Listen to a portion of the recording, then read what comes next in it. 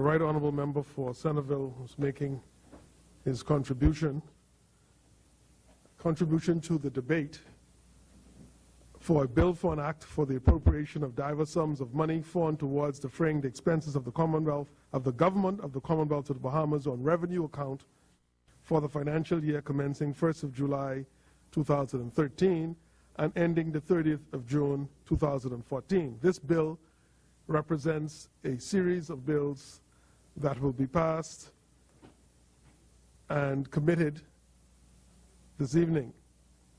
At this time, if the member is so obliged, the chair now recognizes the Right Honourable Member for Centerville to continue. Much obliged, Mr. Speaker. Mr. Speaker, I would begin this afternoon session indicating, just for the record, that I am the final speaker in the debate. And as I indicated in my budget communication, this is a pivotal budget in the history of our small nation.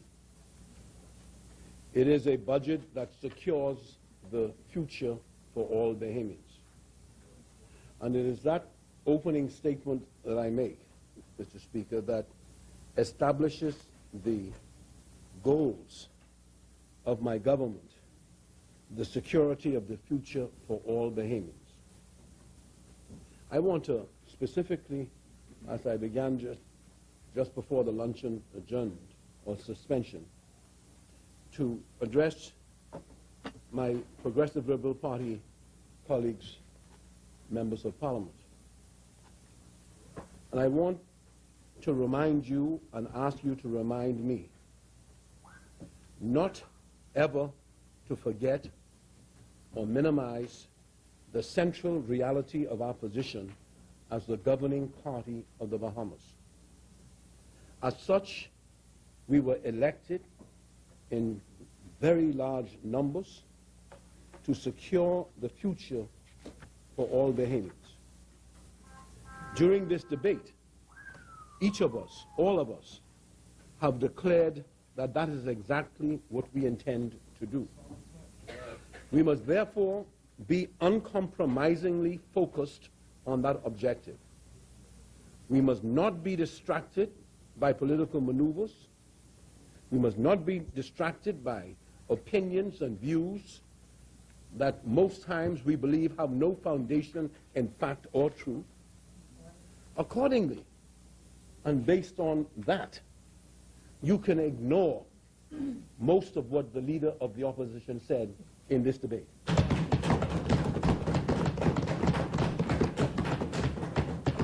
And to do so, you must remember that we ought to expect the official opposition to always take a position opposite to our views. Yes. They know their supporters, and whoever those supporters may be, and whatever positions they may hold, will never concede that a progressive Liberal Party government is doing good for the Bahamas and Bahamians. They have not evidenced that.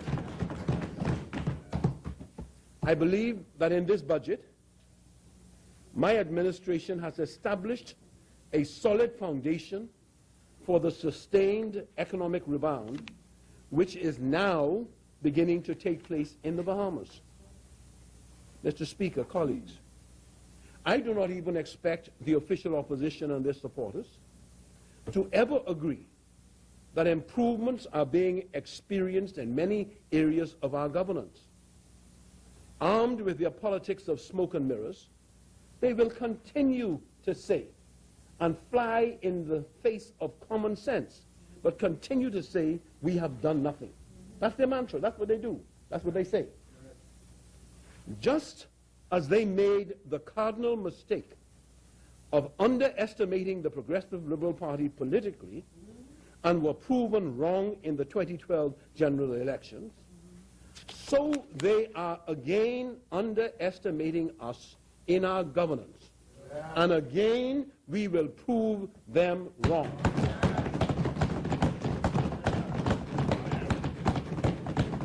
And so let me just state that we must press on with a sustained effort to further develop the Bahamas and improve the quality of life for the most disadvantaged of our people.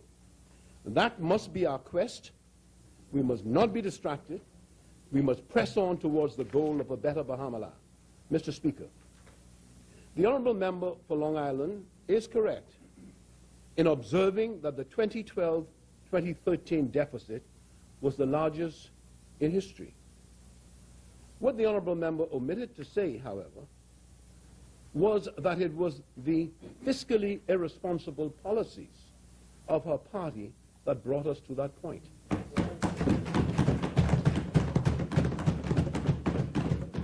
When we took office in May 2012, we were confronted by the following. In 2011-2012, upon coming to office, this administration faced a GFS deficit of $504 million. This was over 100% greater than the previous published estimate by them of $248 million. The major contributor to the deficit was a capital expenditure which was budgeted at $280 million, but the outturn, or what was spent, was $400 million. Budgeted at $280 million, and the outturn $400 million.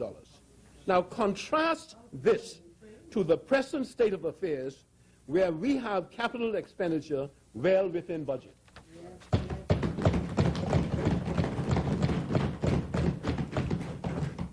The honourable member for Kalani is also correct, indicating that the government over the last 2 years has borrowed substantial sums.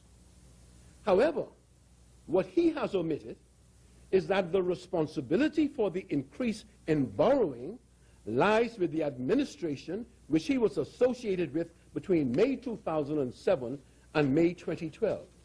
Because, Mr. Speaker, between the period recurrent expenditure, that's the period of 2007 to 2012, expenditure grew by 20%, whereas recurrent revenue grew by less than half of 1%. Capital expenditure grew by 72%. Wow. The accumulated deficit was $1.567 billion. Wow. That's that period. Those are the facts. The accumulated deficit was $1.557 billion. Wow. Last year in my budget communication, I provided this assessment and noted that, and I quote, "Our room for maneuver is, at least in the short term, severely constrained by the dire fiscal situation that has been handed to us by the previous administration." That is what I said. I also noted that, and I quote, "We also face the carryover into 2012-2013 of certain recurrent expenditure commitments of the previous administration in respect of the promotions exercise that we met in place, back pay, salary increases, and the payment of insurance benefits. Millions and millions of dollars are to be carried over into this year's period. To satisfy these requirements, borrowing authority was sought by us for an additional $100 million during the mid-year budget. And that's what we explained it for. That this is what we inherited. So yes, the government has borrowed a substantial amount, but the responsibility for it does not lie with this administration. No. My government, Mr. Speaker, has now taken the right decision to change course. Yes. And put the public finances back in order by beginning to plug up the holes in our revenue base and to impose greater discipline on expenditure. Unless there be any doubt about our intention, Mr. Speaker, we will keep the Bahamian people informed of our progress on their behalf. We will be restructuring our information services towards ensuring that Bahamians in every island and key will be informed of the works and achievements of the government of the Commonwealth of the Bahamas. We cannot and we will not make the mistake of relying on others to tell our story.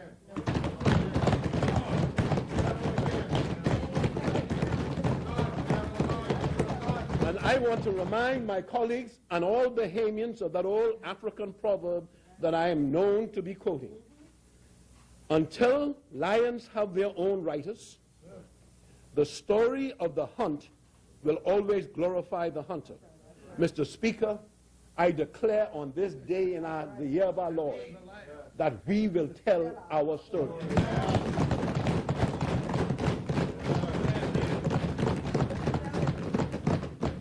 Mr. Speaker, I'm pleased also to tell you that in the 2013-2014 budget, we have reduced the government's borrowing by $147 million in comparison to the last fiscal year.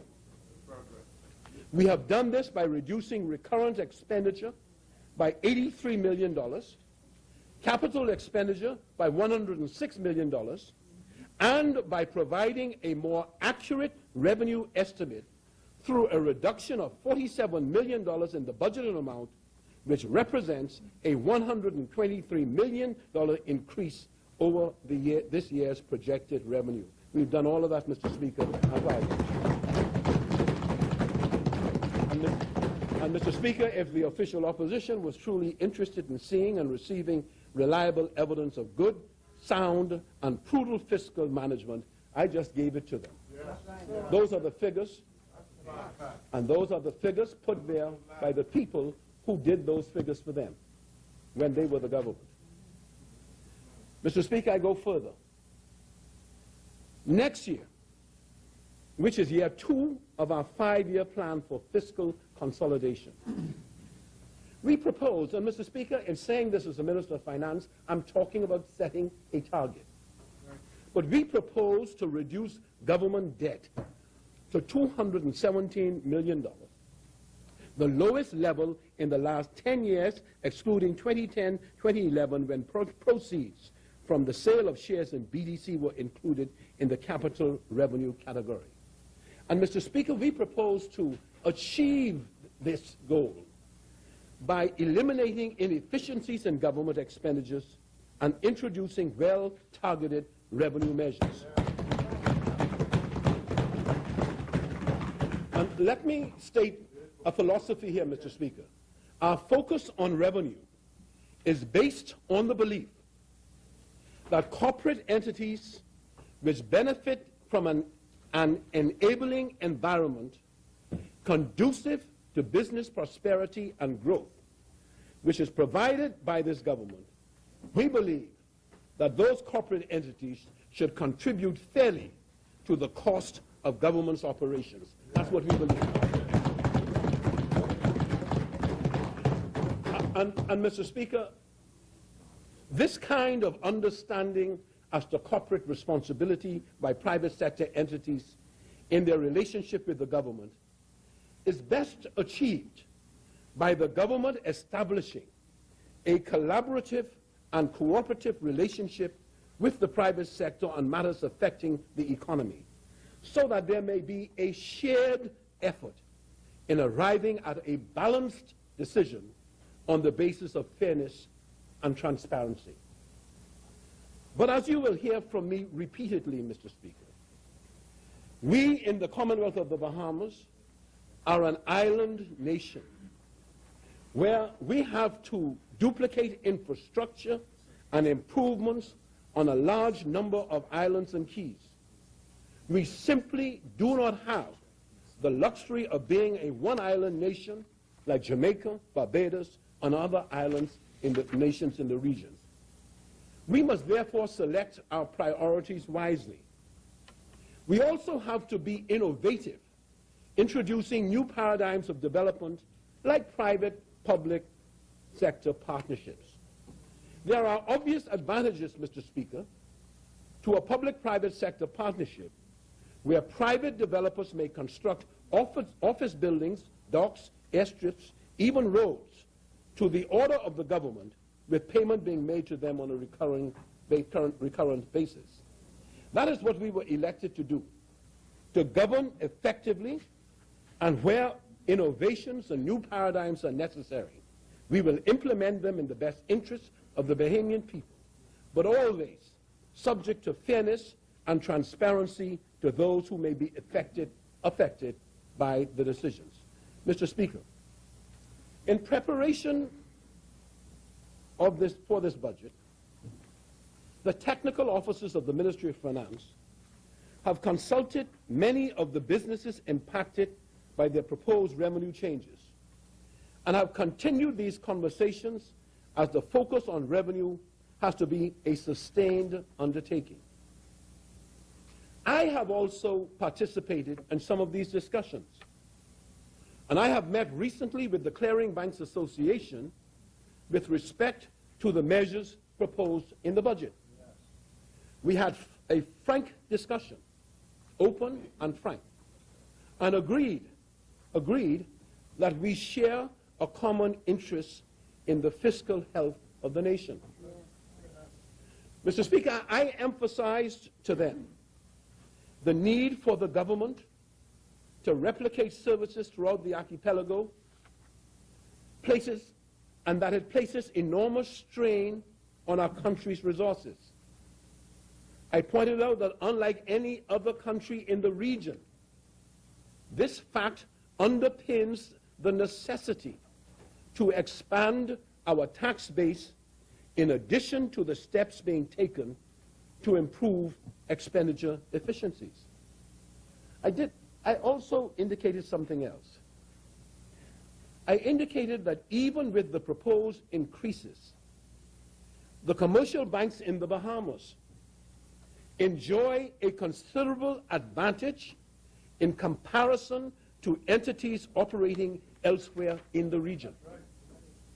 On a related point, Mr. Speaker, I indicated my view that more must be done to foster the culture of responsible borrowing by our citizens. The Clearing Banks Association agreed, and I believe that further discussions could lead to concrete steps being taken in this area. But, Mr. Speaker, I should also acknowledge that some firms have voiced their concerns about the adjustment in business license fees, and we saw in the papers Rupert Roberts. Mr. Speaker, it is my submission that the public analysis of the business impact of the measure in business license fees and other revenue-raising measures has been incomplete. Sight has been lost of the fact that we have begun to tackle the cost of electricity, which is one of the most onerous expenses for businesses in the Bahamas. Yes. Mr. Speaker, we declared, and we are in fact, eliminating the excise tax on fuel used by BEC. This will lead to a 6% reduction in electricity costs, which BEC will begin to pass along as early as this summer. The owners of establishments, in particular, that should internalize this fact are those who operate hotels, restaurants, food stores, and large department stores. Compute the reduction to yourself when BEC lowers its cost to you. Mr. Speaker, I just wanted to revert back for a paragraph to responsible borrowing. Our country cannot afford to allow an increasing number of our citizens to overborrow to the point where they can no longer meet the cost of continuing to live in a manner that they had become accustomed to. In other words, after deductions of monies they owe, there is virtually nothing left to meet their daily expenses. This Mr. Speaker, is an issue that must be addressed, and it must be addressed soon. It is something that we cannot continue to ignore in this country. And I have had the experiences of speaking to Commissioner of Police about challenges of officers who were maxed out in their borrowings and who could not meet the costs of rent and have to move their families with other family members and themselves sleep in extraordinary situations because there was not enough room for them. And to see how innovations have to be used to bring relief to people like that because those controls have not been put in place. Mr. Speaker, the areas of motor vehicle registration, port fees, bear taxes, immigration fees, contributions from the tourism sector are all areas which were brought to my attention during the budget preparation process. It was pointed out to me that in many areas of governance, the government is spending more than it is deriving in rates and or taxation. I have therefore requested that in these areas and in other areas of interest, the government is put in a position to conclude on an appropriate course of action by early fall. So yes, Mr. Speaker, I did say in the communication that colleagues will be collaboratively with the sector affected, discussing positions with a view to being able to, Mr. Speaker, at least place government in a position where it is not subsidizing these rates. It is not putting out more than it is taking in. And being able to arrive at a mutually acceptable regime that all can operate under. On the expenditure side, let there be no doubt about our commitment to reduce wastage and hold those accountable for providing services to the government to do so in a manner that provides no diminution of the quality of the services we provide. Additionally, the Ministry of Public Service and the Ministry of Finance will be conducting work-related audits in the public service towards ensuring that public officers are effectively engaged in productive work. This budget contains reductions in a number of areas: telecommunication, electricity, printing and duplication, etc. Because the Ministry of Finance has found that the expenditures in these areas were not considerably less than what was previously budgeted, or that the same level of service could be provided at a cheaper rate, during the course of the year, we will be able to determine whether we were correct in any deductions we made in this budget. But in any event, we are committed not to allow any service provided by the government to be diminished in its impact in areas that we serve. So in some areas, Mr. Speaker, we have asked ministries and departments to embrace the use of technology as a means of becoming more efficient. And in other areas, ministries and departments have been enthusiastically embracing the challenge and sought ways and means to reduce wastage. In this regard, special commendation should go to the Office of the Attorney General. Mr. Speaker, I now want to address some of the questions raised in this budget debate. Many of these questions are related to the members not having a global view of the budget. To the uninformed, it may appear that these are reductions in allocations, but these changes, as the Minister of State has indicated, and on one occasion the Minister of Education has indicated, were made to improve accountability and transparency in the budget. In other words, Mr. Speaker, we pin ourselves to the fact that we were being more accountable and more transparent by the changes we made. We have created an item for contract employees, ending the practice of placing employment contracts under a whole range of items within the budget. We have centralized the funding of national insurance contributions in the Treasury budget.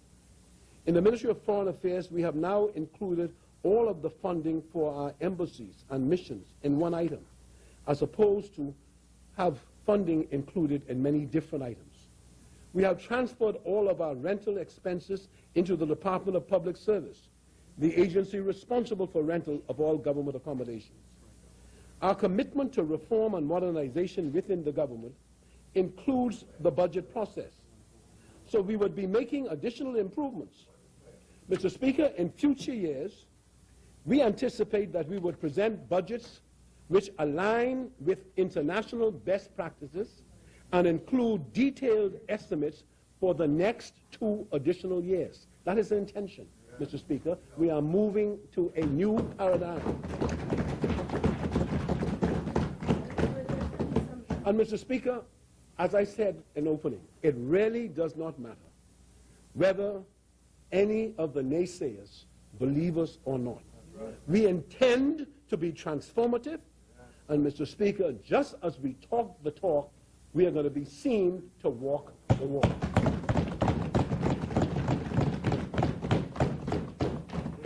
And I would say here that before the end of the term of this administration, we're going to present a budget which clearly indicates the programs which the government is funding. This would improve transparency and the quality of the discussions about the budget. And Mr. Speaker, I have a survey going on now, and the initial figures made me sit down as to the cost of land acquired and our disposition to have it below the radar. It is extraordinary kind of experience to go through the figures and to see what has been added to this government, but not yet seen. For the city of Nassau, Mr. Speaker, we are extending the City of Nassau Revitalization Act, which expires at the end of June 2013. We have under consideration the advisability of extending this act to incentivize development in urban over-the-hill areas. Is that right, Dr. Lawrence?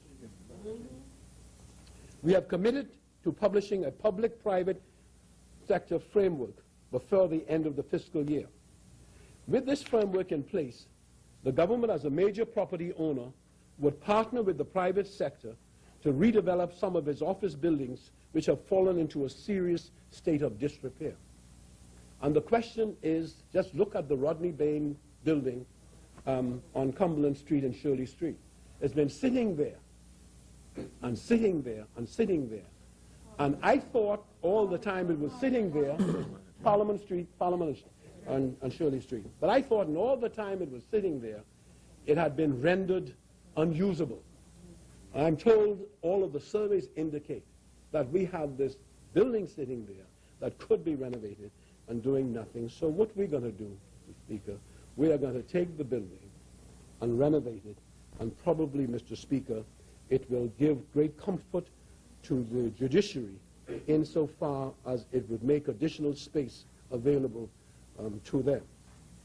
But so, Mr. Speaker, in recognition of the large government expenditures on office rents and leases, in sitting with the Financial Secretary and the Minister of State for Finance, and just looking at the amount that we pay in office rents and leases, it is clear to me that we are able to issue in this new paradigm, I keep on saying, which would involve utilizing this expenditure to support private construction of new office premises built to the government's own specification.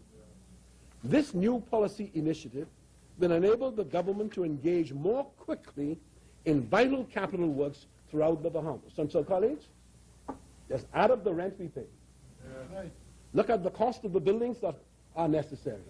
And then you know you have before you the opportunity for a dynamic capital works building program financed out of retired revenue. So, Mr. Speaker, as I close this relatively technical segment of my contribution in this debate, I can with full assurance and conviction state that even with our expansive agenda, we have presented a budget which has been viewed by rating agencies as credit positive. Yes. However, we in the government take little comfort in this, as we know that this budget is part of the journey that we must traverse in securing the future for all Bahamians.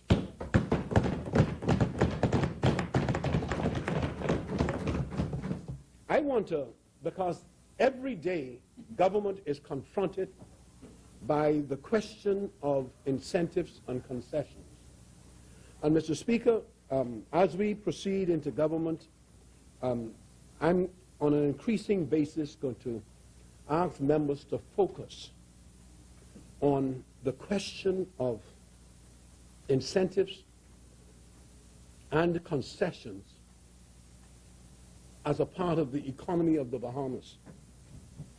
And I remember when Mr. Kirchner came into the Bahamas and the Ingram government at the time gave concessions.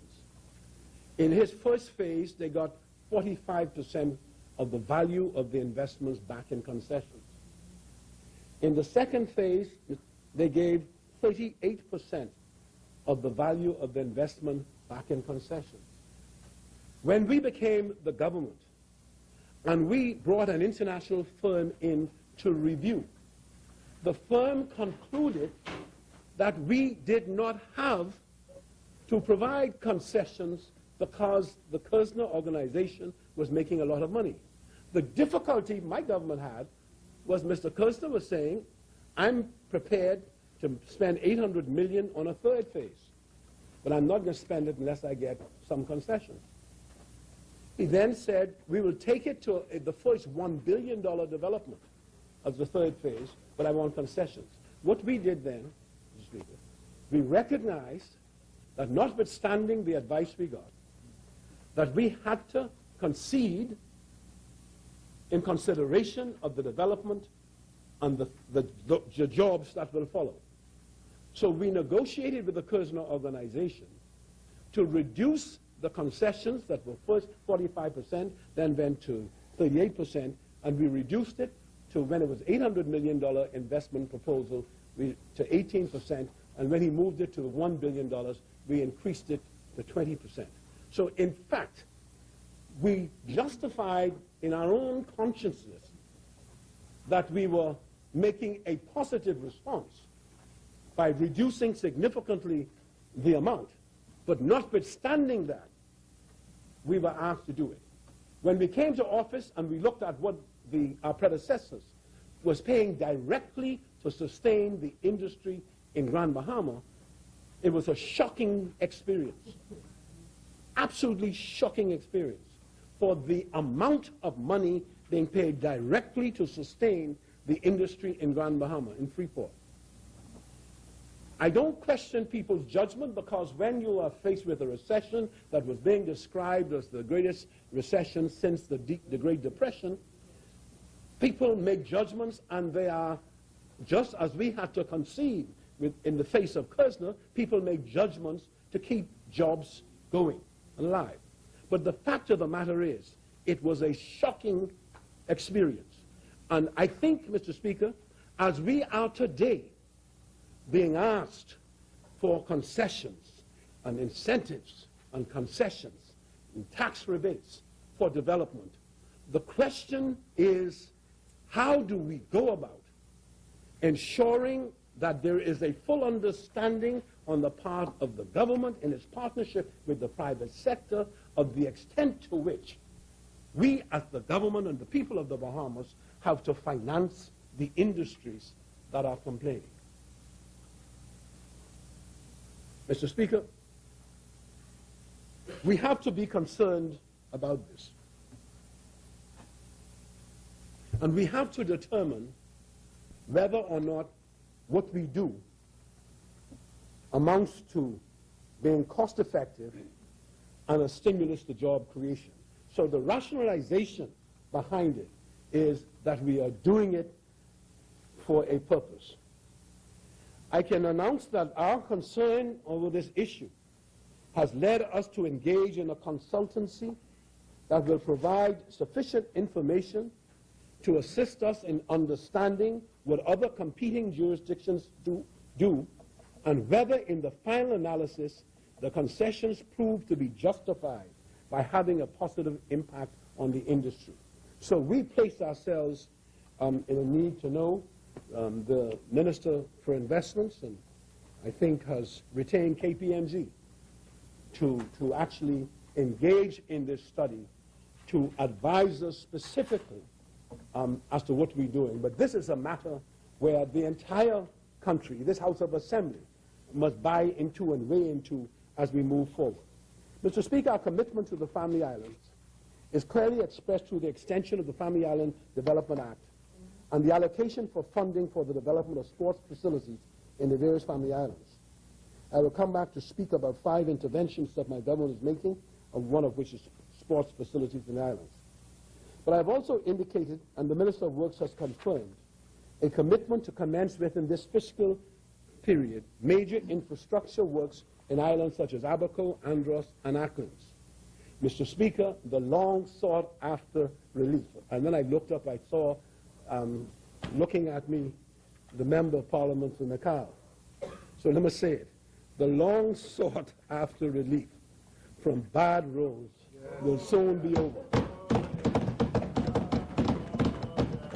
And you, the Minister of Works, the Deputy Prime Minister, was beset by people at the Crab Fest. We went there for a couple hours, who were asking him what about the roads in Andros, North Andros, Central Andros. Mr. Speaker, 1 year ago, if anyone had asked for an opinion as to the major problem confronting the island of New Providence, there would have been the response, the economy, and unemployment, and crime would have been a close second. Today, if asked, because of the unrelenting scourge of crime, the seemingly wanton disregard for human life, crime and the fear of crime is seen to be the single greatest challenge for the island of New Providence.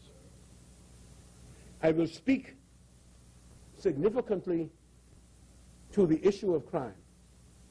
But first, I would just want to make a brief intervention on the Royal Bahamas Defense Force, which the Minister of National Security, Member for Baines and Grandstand, spoke of today. But I want to speak about it, Mr. Speaker, because I have on occasions spoken in the presence of the Attorney General of the United States of America, spoken to the Secretary of State, and, Mr. Speaker, witnessed others representing points of view to the Vice President of the United States over issues relative to expenses that countries in this region have to bear because of international best practices, because of the standards of ICAO in terms of international civil aviation, because all of these. And the Bahamas is compounded because, unlike them, I keep on saying, there is no model for the Bahamas. There is no parallel. There's no precedent. We are separate and apart. And if you take a map of the Bahamas and put it over the Caribbean, you will see, Mr. Speaker, that we can say, standing in Trinidad as I did, that the island of Andros is larger than the island, the nation of Trinidad. But that Trinidad has over 1 million people. Andros doesn't have that. But because, and notwithstanding its size, because people have pushed the envelope politically, the government has to keep on putting infrastructure and maintaining infrastructure, notwithstanding the size of the population. So, Mr. Speaker, the monies we've spent and committed on the Defense Force, and I heard the Leader of the Opposition concerning himself about our following the FNMs in dealing with this. This is really an FNM kind of, an FNM-based decision. Well, probably is, but that's not the point. When it comes to the armed forces or uniformed forces of the Bahamas, there's really no FNM and PLP. There are certain exigencies that we have to deal with there are certain pressures, there are certain just situations that you cannot avoid. And the minister responsible would have spoken today about the compelling urgency to renovate harbor bases throughout the Bahamas. But bases at Coral Harbor to accommodate all of the ships of the Defense Force. And whilst I'm at it, I told the Defense Force, since we are making now this huge commitment of near over $200 million when we add up the personnel that will be employed, then you had better ensure that all of the surrounding property that you need will be brought to the attention of the government so that we can maximize the decision by getting all of the property and not have to, in later years, try to stop people from buying it or taking it from them.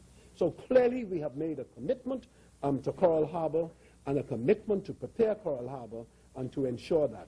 Mr. Speaker, whether it's Coral Harbor, whether it's the Ragged Islands, whether it's Inagua, whether it's Freeport, and whether there is some presence in Bimini, all of this, Mr. Speaker, has to be done by the government of the Bahamas, and it matters two hoops. Whether it is a F&M decision or a PLP decision, it has to be done. And then, and Mr. Speaker, additionally, we've had to make the commitment to a significant number of personnel over the next few years to complement, to add to the complement of the force. So, Mr. Speaker, there is no doubt that this represents the largest single investment that the country has made ever made in the Defense Force. And, Mr. Speaker, I don't know when the minister or myself or anybody would have tried to give an indication that this was our deal by canceling and not going ahead. Mr. Speaker, when we came to power, we were deeply concerned at how we go about making a commitment for that kind of money before we understood the workings of the economy and understood that we would be in a position to be able to generate the income to meet the loan. And it is what it is. And we've made the decision, we made it, Mr. Speaker, knowing the challenges we have. See, also, when we came to power, Mr. Speaker, months before that, we had the constant talk from Spanish Wells fishermen who I met with, the member for Elizabeth met with, other members met with, who were telling us about the illegal incursions into our water of Dominican fishermen. So I don't know who first did it, but I know sitting around the cabinet table, we decided that we would send a delegation to the Dominican Republic, and we did send a delegation to the Dominican Republic, and we did carry out and fulfill the promise we made to the fishermen of the Bahamas that we would work towards solving the problem, minimizing the challenges that the Dominican Republic posed, involving the Dominican Republic government in this whole aspect. And, Mr. Speaker, we think we are making progress. Yes.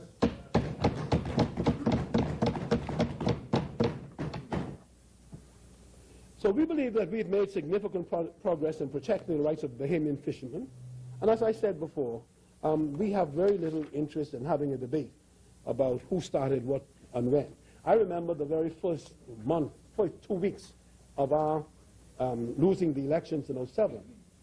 I mustered the courage to go to the opening of the Reef condominium. I remember the former Prime Minister standing up and looking in the audience at me and saying, some people sow and others reap. That's what he said. And he had the occasion to say that. The airport, some people sow. In the stadium, some people sow. But, Mr. Speaker, just so it be known that we are sowers as well as reapers.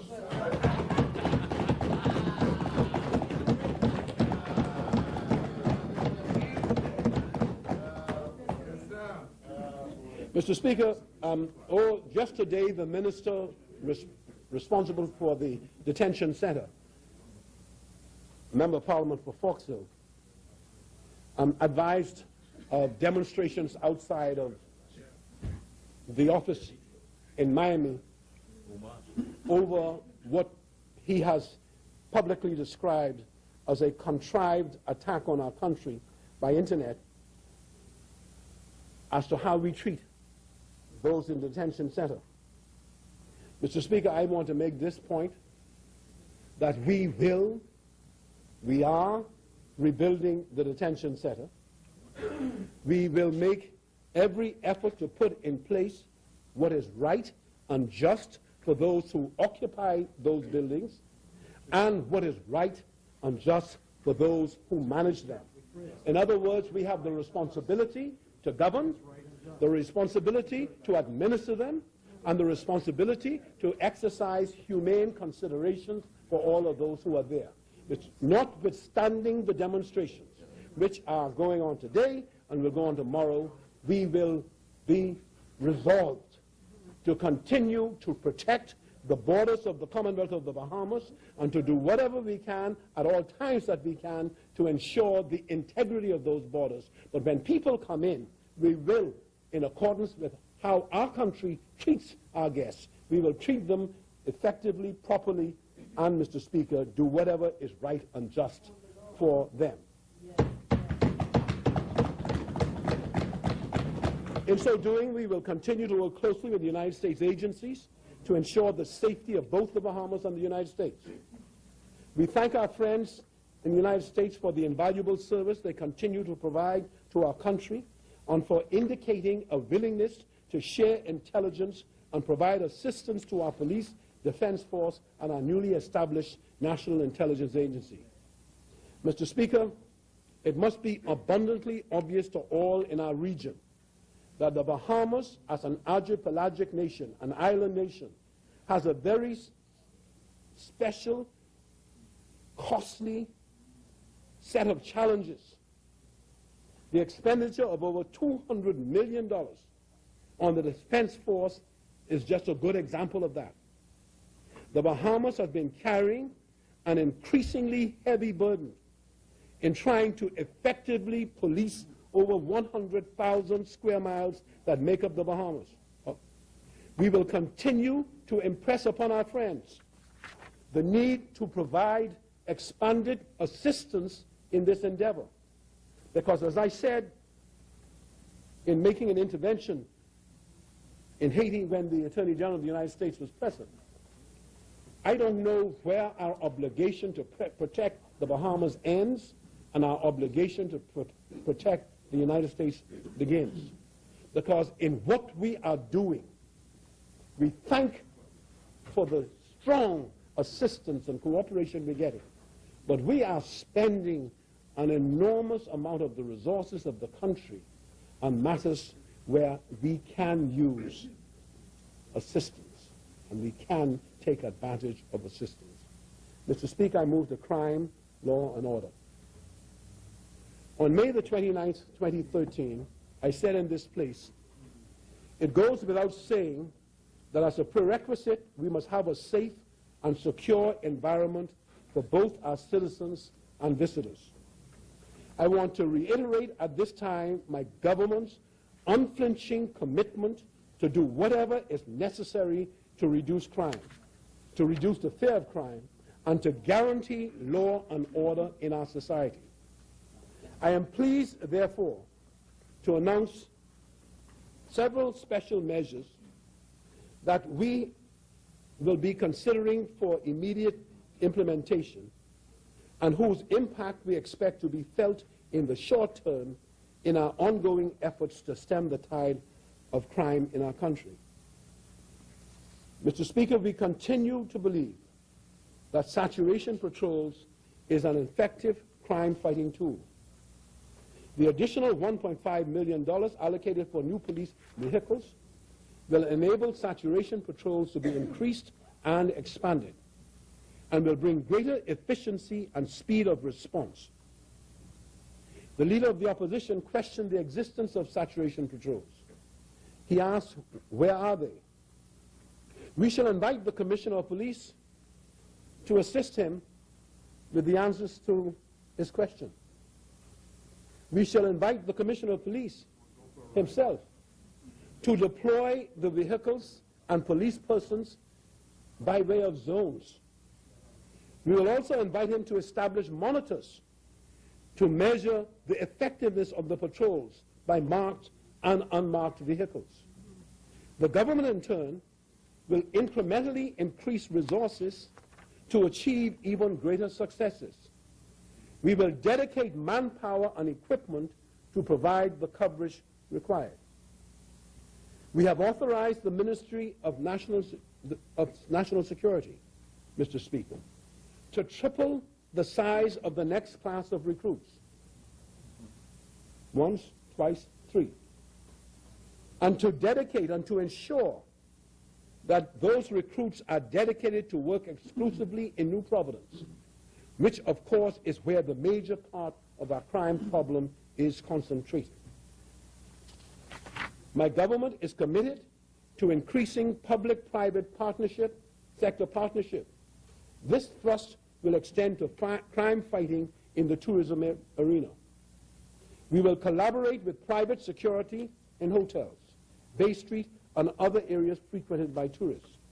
We will protect tourism, the lifeblood of our economy. We expect very shortly to complete formal documentation and protocols to augment the intelligence sharing between the Bahamas, the United States, CARICOM, and others. Former Commodore Bush Scavala and his team will be resourced to carry out the intelligence-related duties. I remind all Bahamians that crime is everybody's business. The police depend upon information or intelligence from the general public. As we want safe communities and a safe Bahamas, each of us must cooperate and collaborate with the police. We know what is happening in our communities, and we must advise the police of law-breaking wherever and whenever we become aware of it. This is our sacred duty as citizens, a duty from which we cannot shirk. It is absolutely essential that the remediation of the crime problem, it is absolutely essential for there to be the remediation of the crime problem that affects our country today. The Ministers of National Security, Foreign Affairs, and the Attorney General have been asked to complete as soon as possible the negotiations that they commenced on their visit to Washington in March. Mr. Speaker, we support international collaboration and assistance to remove the scourge upon our countries caused by human trafficking, trafficking in persons, and gun trafficking. In order to depress the level of crime, particularly in relation to the unacceptably high incidence of armed robberies, we will consider all options, including the question of what action needs to be taken to curb or more closely monitor and regulate retail outlets which the minister spoke of today, used to buy jewelry and other valuables. Mr. Speaker, there are some very hard questions that we're going to have to answer. But we will not tolerate the Bahamas being used to traffic guns as promised in Project Safe Bahamas. Legislation will be brought to try in the Supreme Court and increase penalties for those who are caught with high-powered weapons. That is what we promised, and that is what we will deliver. Consideration is now being given to introducing legislation, Mr. Speaker, to admit CCTV digital images as evidence in trials, and to admit in trials evidence that a person wearing an anklet bracelet was at the scene of a crime. This will mean that if the offender's digital image from CCTV or his unique identifier from his anklet bracelet places him at the scene of a crime, a rebuttable presumption will be raised that he was at the crime scene. In such a case, there will be the need for the private sector to assist and cooperate with the police in devising the protocols and procedures that should in turn assist the judiciary in relation to the test for admissibility of CCTV digital images into evidence.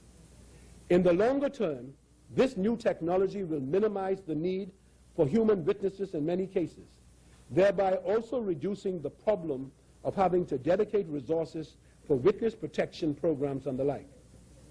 Already on the agenda for debate, Mr. Speaker, is legislation enabling video conferencing to be used for arraignments and any other matter up to trial. Although Swiss justice is registering impressive results, we are not satisfied that we have gone far enough. Yet citizens are especially concerned that persons who have committed serious crimes whilst on bail, continue to commit serious crimes and have become recidivists, this too cannot be tolerated. I repeat now my government's unflinching commitment to do whatever is necessary to reduce crime, the fear of crime, and guarantee law and order in our society. To this end, Mr. Speaker, before Parliament adjourns for the summer recess, we will bring for the consideration of the Cabinet and for the consideration ultimately of Parliament legislation to enable the appointment of up to 20 Supreme Court judges commencing September 2013, and for 12 months in the first instance, we will provide the resources to enable the courts to increase the number of criminal trials that can be conducted simultaneously.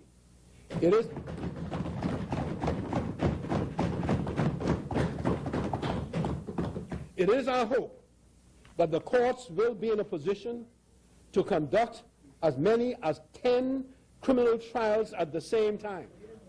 Initial indications are that the judiciary is prepared to initiate this measure to increase the number of criminal trials being conducted in the courts. We believe this would be an important tool in our crime-fighting arsenal.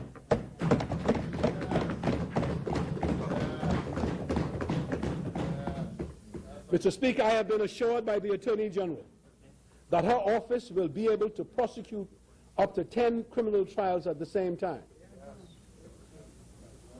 We believe that judges, like all Bahamians and persons within our borders, would like to see matters proceed to trial as swiftly as possible.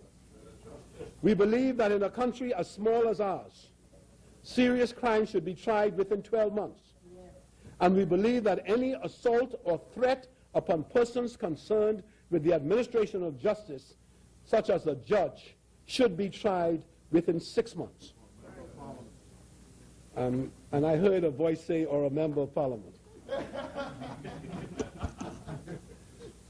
Mr. Speaker, we believe that 10 criminal courts sitting concurrently for a period of 1 year in the first instance will send a clear message of our determination to swiftly try offenders, and together with our other crime strategies will break the back of crime, most certainly go some way towards minimizing the extent to which crime impacts us. Mr. Speaker, the United Kingdom experience following the riots in the United Kingdom is instructive, because immediately after the riots, special measures were implemented on a temporary basis, and over 2,000 trials were heard with a conviction rate of 83%. This is the record. So it is encouraging.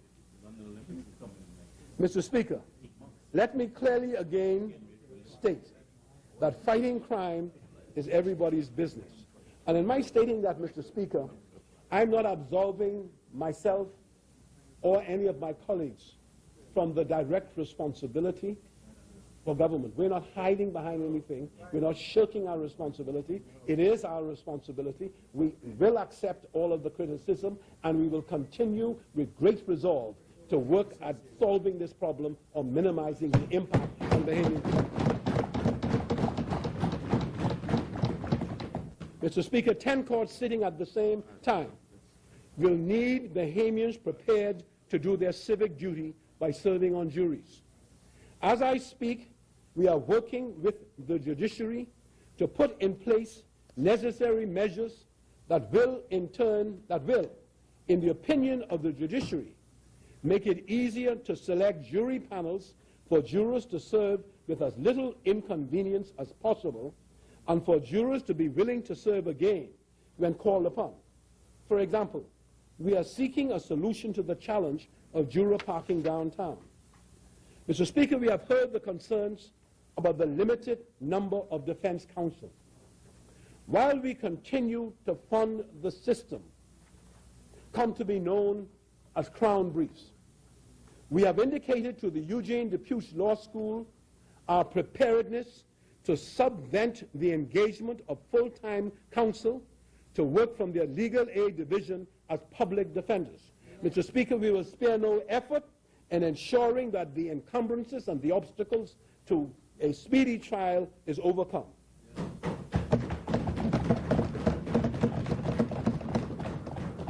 We believe that this will alleviate the bottleneck in the system insofar as it may be caused by having too small a pool of criminal defense lawyers. In this connection, we expect that the Eugene DePuche Law School will be placing advertisements in July to recruit 6 public defenders. We are moving immediately to put that in place. We have invested over $1 million in integrated justice software. This software has a calendaring system that will, among other things, prevent double bookings of counsel and witnesses in courts. We invite the cooperation of judges and defense counsel. Justice delayed, Mr. Speaker, is justice denied. Justice delayed is justice denied. Double booking creates backlog. We are confident that sustained prosecution of serious matters within 12 months will send a clear message of our collective determination to break the back of crime once and for all. Mr. Speaker, there are also other measures, including but not limited to expediting forensic pathology and court transcripts, that will be taken to support the effective implementation of 10 criminal courts sitting at the same time. And more will be said about these measures at a later stage. Whilst on the administration of justice, I'm also concerned about the delay being experienced by a number of Bahamians in receiving judgments in matters that have already been tried in the courts. In increasing the number of justices to 20, it is hoped that steps will be taken by the judiciary to enable those outstanding judgments to be delivered as a matter of urgency with the least amount of disruption to the daily work of the courts.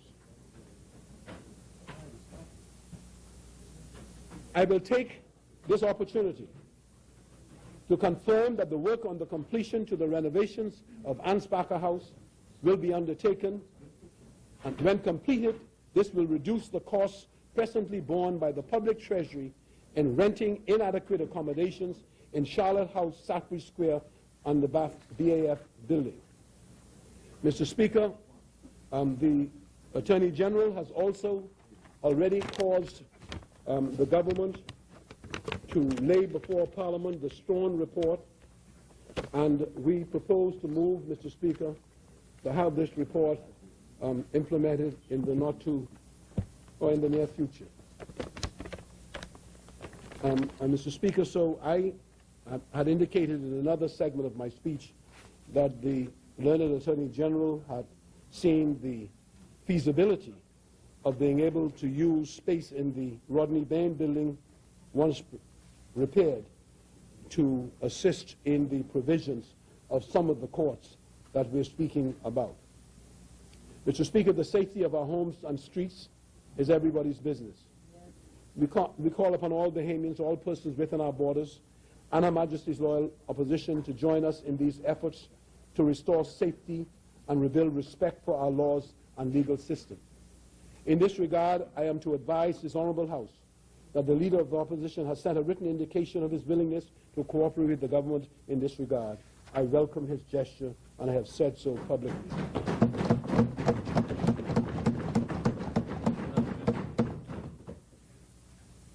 Mr. Speaker, we have included funding in the Ministry of National Security to assist non-governmental organizations which provide support to deportees.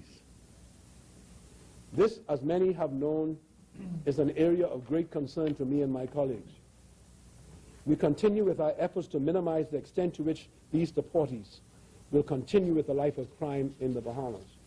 And Mr. Speaker, throughout the region, we have this vexing problem of young men in particular, many of whom do not know the Bahamas, but their point of origin was the Bahamas, and their connecting point for the Americans was the Bahamas.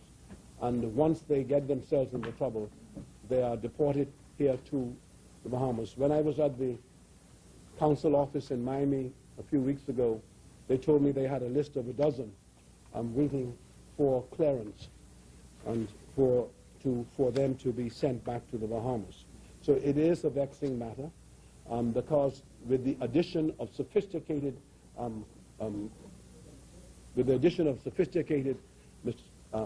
criminal or people connected to sophisticated criminal enterprises, Mr. Speaker, we have the additional burden of being able to police them.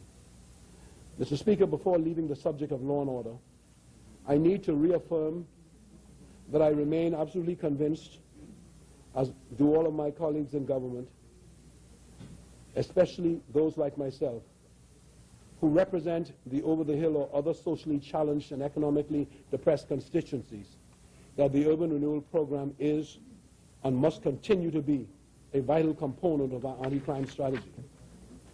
Mr. Speaker, we will cry from the mountaintops that urban renewal at its fundamental level deals with the underlying causes of crime, while at the same time building much-needed rapport and mutual goodwill between the police and the communities they serve. Mr. Speaker, I am conscious that there are still cynics and doomsayers in our country when it comes to urban renewal. But there is extremely powerful evidence, undeniable evidence I would submit, both statistically and anecdotally, that urban renewal is continuing to not only save lives, but to transform lives for the better as well.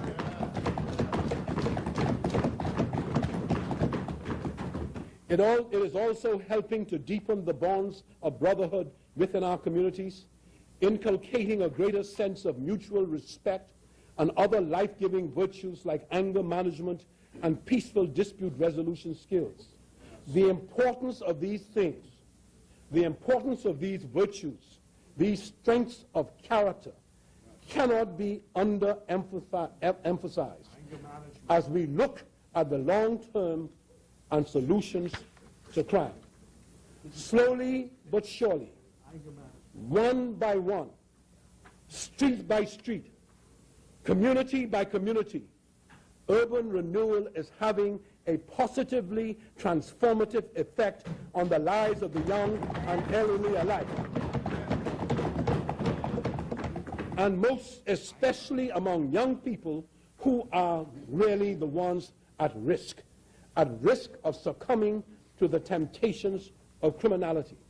And Mr. Speaker, I will never grow tired of indicating a story of a mother who is a friend and constituent living in Thompson Lane, calling me to say that her son was complaining of being brutalized by the police. Because I was the Prime Minister, and because I did not want to get directly and emotionally involved, I asked former Superintendent Bell, the Minister of State for National Security, to visit the family and investigate the matter for me. He visited the family, he investigated it, and he brought back certain information to me. A week or two later, the police, in responding to an emergency call of an armed robbery in the Collins Avenue area, eventually traced activity to a street on Montreal Avenue, and saw a young man that they say was pointing a gun at them, shot him, and they said they found a toy gun. That's not the point I want to make. That just happened.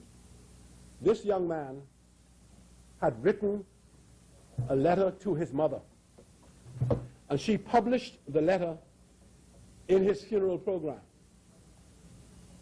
And if one wanted any evidence of the turmoil and the conflict that is in the lives of these young men who succumb to peer pressure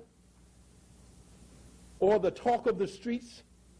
And he wrote a letter to his mother saying, "Dear Mommy, every night I leave home, I know you know that I love you, and I know you love me. But I should tell you that every time I leave, I believe that I could be killed either by a knife or a gun." Talking about my friend Janice Thompson Lane. He said, "I'm going to try to avoid that. I know you don't want me to go out, but I can't stop from going out. I want to be with the fellas and my friends. But I know and you know what that means." That's what he said.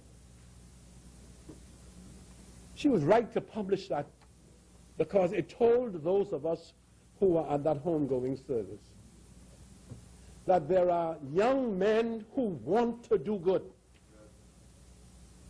and that they are as much victims as they inflict violence on others. And that we have to believe in the overriding and overarching knowledge that these young men can be saved.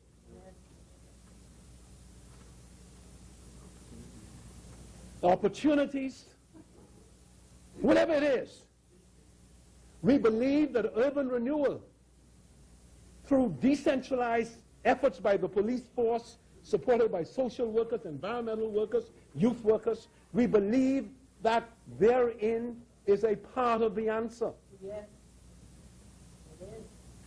But I told my colleagues, and I remember saying this to the member for East Grand Bahama, I told my colleagues that we may have to conclude that we need to take some radical action to remove these young men who have no jobs from the streets by giving them an alternative.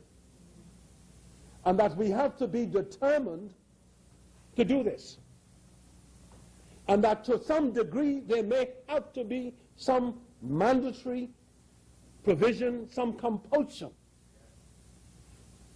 But as we make an effort to solve the problems facing this nation, as we see the craziest manifestations of lunatics, raping people in churches allegedly, the country has to be numbed and forget now who does what and who takes what responsibility. We have to be numbed into the recognition that there is action that we're going to have to take, that we must be resolved in our determination. And I've said to the Ministry of Finance, even if it means taking $20, $30 million and saying to international agencies, we are going to have to move off course, because unless we do so, we are not going to be saved, we're not going to be able to save a generation of young men in particular who kill and young men who are killed. There is no doubt that we have to continue to think of what we're doing. But as leaders of this country, we cannot afford to allow a situation to exist where young men believe that they could, with impunity, go into somebody's home and rape them and kill them. It can't work that way. And I said years ago in Mount Pleasant Green Church to some of my constituents in a town meeting with then Commissioner of Police, I told the fellas, I said, listen, you all don't have the right to sit under any tree. Nobody has the right to sit in any tree and plan to break into my house and rape my child or my wife or kill her and not expect me to want to kill you back. I said, that's my own prerogative. Other people have a different view. They have a different view. Name names, man. But I have my own view. I have my own view. It's a matter of your own conscience. But I do not accept,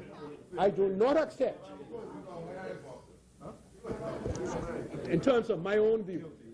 And this contradiction in terms of different views exists in right in my own household. But my point is, it is what it is for me. I therefore exhort, Mr. Speaker, Mr. Speaker, I therefore exhort all my colleagues in this House, on both sides of the political divide, to extend their full and unqualified support to the excellent work that is being done in our crime-ridden communities under the aegis of urban renewal. I ask all of our colleagues to do that.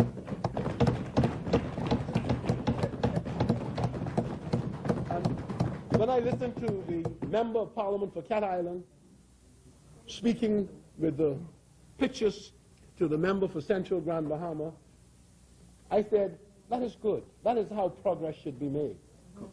When someone comes into the Parliament and questions $10 million being spent for small home repairs, when one is employment of people who most need it, to artisans who have not had any work in recent years, and that they will be able to get work in repairing the homes. Two, is being done for families that are desperately in need of such repairs, that they can't afford it. Three, if they live in Grand Bahama in his constituency, they've had repeated attacks of hurricanes on the roofs, and people in his own constituency are benefiting from it. And how in the devil he is unable to be able to appreciate what urban renewal is doing for the people who live in his constituency, I don't know. But that's what it is. And that is why I'm saying I could get up here and I could debate, but we got to move on, because we cannot be distracted by the noise. We are going to be judged by what we do, so let's go ahead and do it.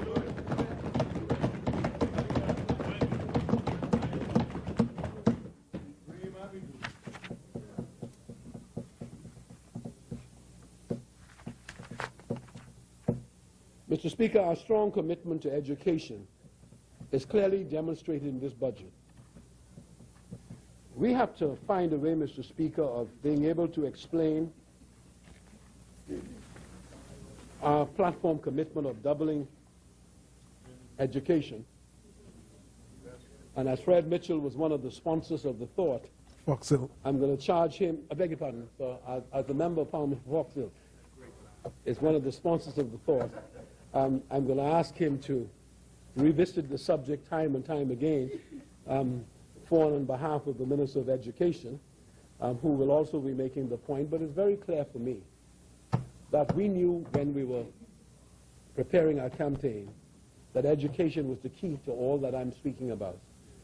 And we knew that between ourselves and the country, and getting the country to join in, all the training programs, that we were talking about doubling the amount of resources that the country spends in the field of education.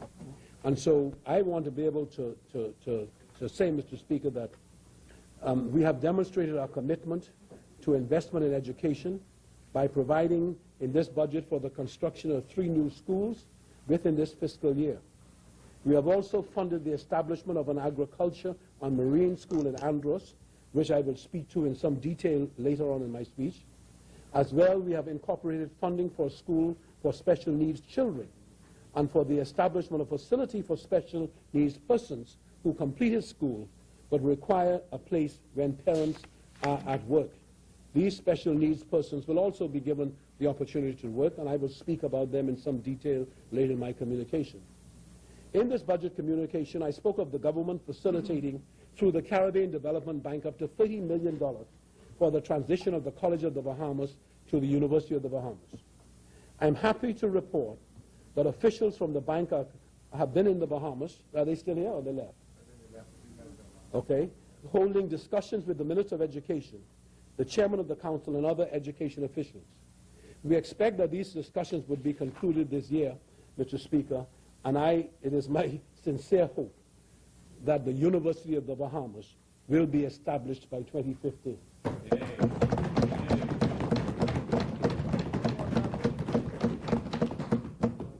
We also expect the College of the Bahamas, BTDI, the National Training Agency, together with private sector interests, to move forward aggressively with major training initiatives. Mr. Speaker, in the social areas, our commitment to providing assistance through the Department of Social Services and Community Development is undiminished. Importantly, we are partnering with the Inter-American Development Bank to improve our targeting and delivery of assistance to the most vulnerable. In this regard, let me state on behalf of the government that we will not compromise on our obligation to help at all times the most disadvantaged of our nation. We are not going to compromise on that, no matter what paper and budget says. Wherever the money is needed, we're going to find it if it means helping the people who are most in need in this country. The Honorable Melanie Griffin will be taking the lead on the development of the integrated site for children and young persons with special needs. The Member of Parliament for Yamoussoukro. Mr. Speaker, I'm advised she's already had her first meeting, but I will speak about that. We also expect the Honourable Minister to move with due haste to install the greenhouses at Simpson, Penn, and Willamette Pratt, so that the residents may receive the benefit of being a part of such a worthwhile endeavor. I'll speak about that too. We look forward to the Ministry of Social Services and Community Development continuing to play a significant role in the operations of the Urban Renewal Program. The information that the ministry will collect in its House Visitation Program will go a long way in informing public policy of the most vulnerable in our country. Mr. Speaker, health care. Mr. Speaker, in the area of health care, we have secured the funding for the completion of the critical care block at the Princess Margaret Hospital. And Mr. Speaker, let me say this, because I listened to the leader of the opposition, and because he was talking about me, I paid close attention to him. He was a Minister of Health. And let me just say, I started off saying, we secured the funding for the completion of the critical care block at the Princess Margaret Hospital, a project that was commissioned without full funding being secured by our predecessors, contrary to any other public statements made. They were too busy opening the stadium before it was completed, rushing the completion of the straw market, grandstanding about groundbreaking political events instead of proper planning and execution. Let the record reflect that. We are committed to improving all of our institutions delivering health care. We will continue to dedicate resources to ensure improvement in the services offered by hospitals and clinics and in human resources needed to provide high-quality care. As the Leader of the Opposition has correctly pointed out, the government now has the task of completing and staffing mini hospitals in Abaco and Exuma. And let me add to it, we propose to break ground for another mini hospital in Central Eleuthera and a smaller version in Cat Island. Our challenge, Mr. Speaker, is to ensure that as much as possible, we are able to utilize Bahamian doctors and nurses who are eligible for service in these family island institutions, as well as in these family islands or those family islands where they may be in desperate need of a doctor. And you hear from time to time, and I hear from time to time, which islands are without doctors. We have, Mr. Speaker, to understand if there is any feeling on the part of any of us who make up the government, we cannot allow a situation to exist where we do not find a way to provide people with access to medical care. Because on a daily basis, whatever it costs for a doctor to be there, it is being, whether travel, whether some wastage, whatever it is, we are able to find the means to do that, and we must. And it's a very, very serious consideration ahead of us for the required steps, Mr. Speaker, to complete the staffing of those institutions. There is no doubt that it represents a significant challenge to us, and there is no doubt, Mr. Speaker, that when I look for the planning, okay, when it's done, that you have to look hard to find it. And so it is something that has been left on our doorstep that we have to deal with, and I exhort the Minister of Health to begin that process quickly, if it hasn't already. Mr. Speaker, as we give consideration to the required steps to the introduction of universal health care, we will move to aggressively activate and staff these facilities. As development occurs in places like Bimini, Cat Island, and San Salvador, there is an additional need for more medical personnel. As it is an essential component of what the government is expected to provide, we shall work with the private sector to provide some relief. We are committed to national health insurance and having an expert group examining the feasibility and timing of implementation. We will report periodically to the House of Assembly. Mr. Speaker, we are committed to the development of the medical tourism industry. We have every reason to be proud of our efforts to date. Before we break for the summer, we will move and pass stem cell legislation which has already attracted major investments to the Bahamas. We anticipate that having put a legal regime in place, the Bahamas can look forward to positive growth and job creation in medical and health tourism. The Minister for Grand Bahama heads a cabinet committee on determining the most feasible option for the construction of a new hospital for Grand Bahama, and we look forward to it doing that.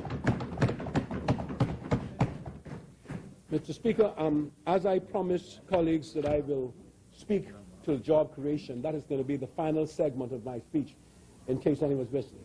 Mr. Speaker, I have the responsibility for the Antiquities Corporation, Clifton Heritage Authority, Mr. Speaker, and I really want to speak about that because I'm excited about the new chairman who has taken over Antiquities. I had heard about him, and he is gung-ho and doing all of the things and moving with speed, Mr. Speaker, at being able to make all of the correct decisions for the country.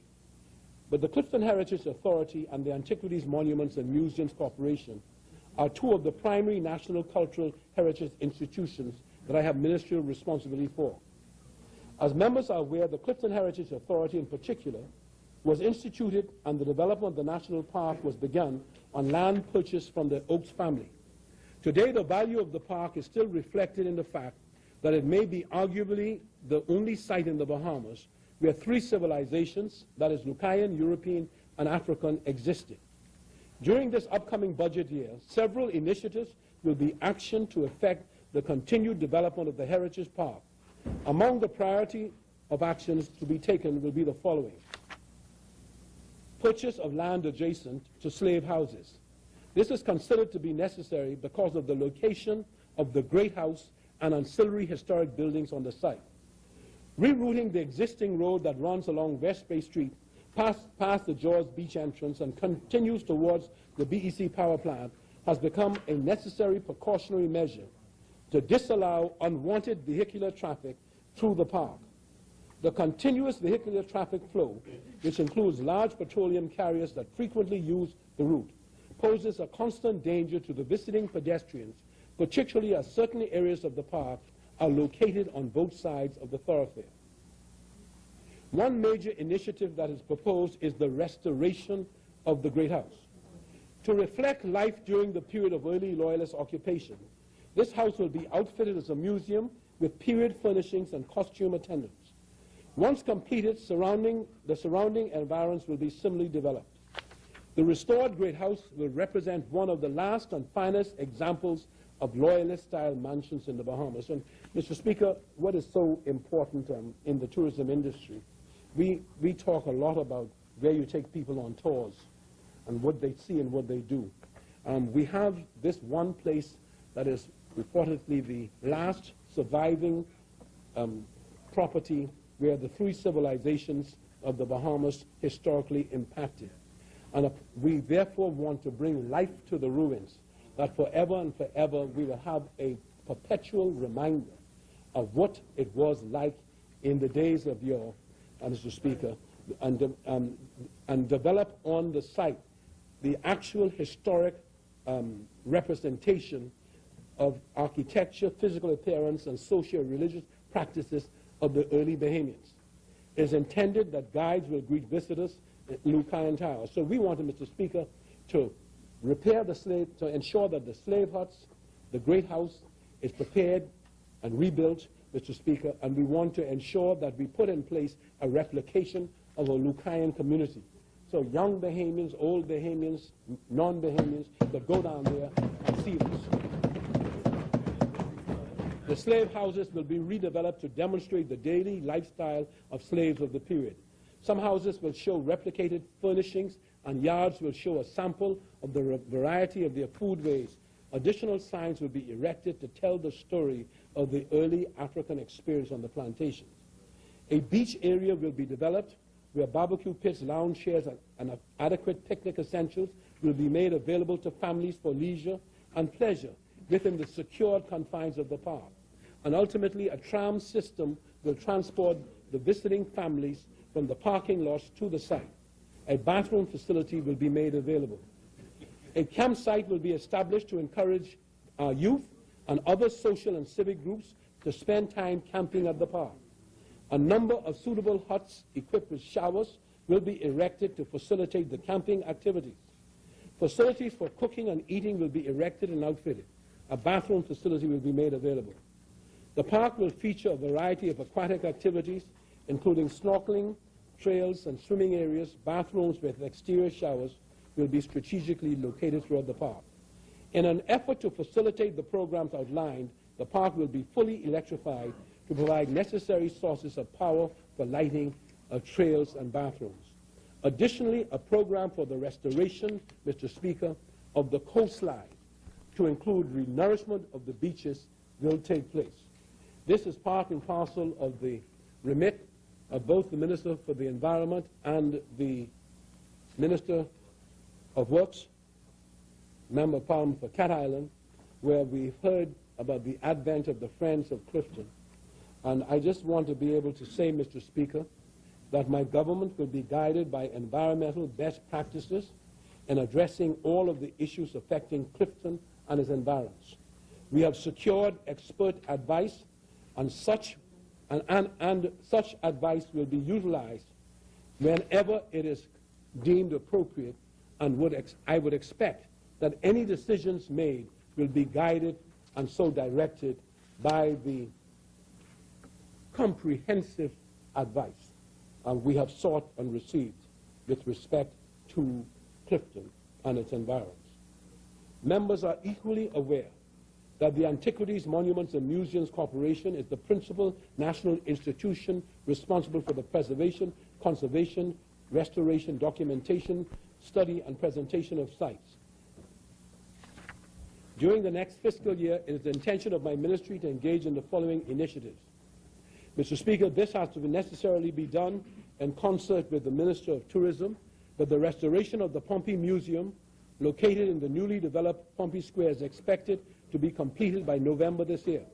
The museum will feature aspects of the history of slavery in the Bahamas, highlighted by a diorama of the slave ship Peter Marwell, which sank in Bahamian waters of Abaco in 1860, but from which a number of slaves were rescued, some of whose descendants live in the Bahamas today. Development of heritage centers on Family Islands, to include a museum, library, and a computer lab centers to be operated and managed by local persons in collaboration with the Antiquities Corporation. The establishment of a heritage center is already underway on San Salvador, and another is fully operational on Long Island, I am advised.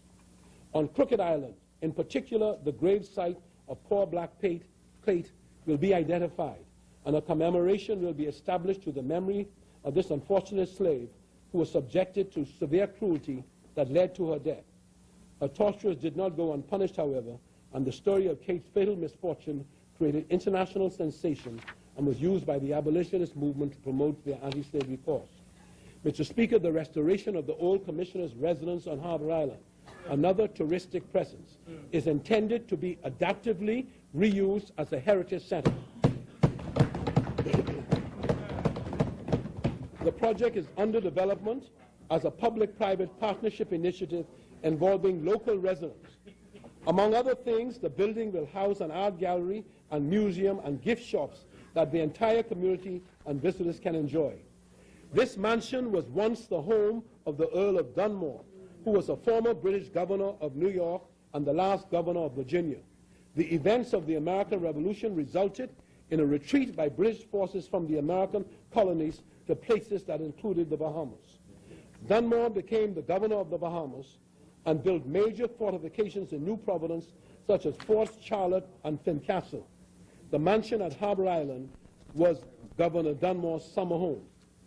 Mr. Speaker, negotiations are underway to develop a heritage museum complex in Grand Bahama as a private-public partnership initiative involving the Grand Bahama Development Company, local vested interest groups, and the Bahamas government. Among other things, the project intends to highlight the aspects of the unique history of Grand Bahama, including a replication of the old Freetown ex-slave community. The project is intended to contribute significantly to the continued and sustainable development of cultural heritage on Grand Bahama. Mr. Speaker, the Fort Fincastle area will be redeveloped into a pedestrian heritage park.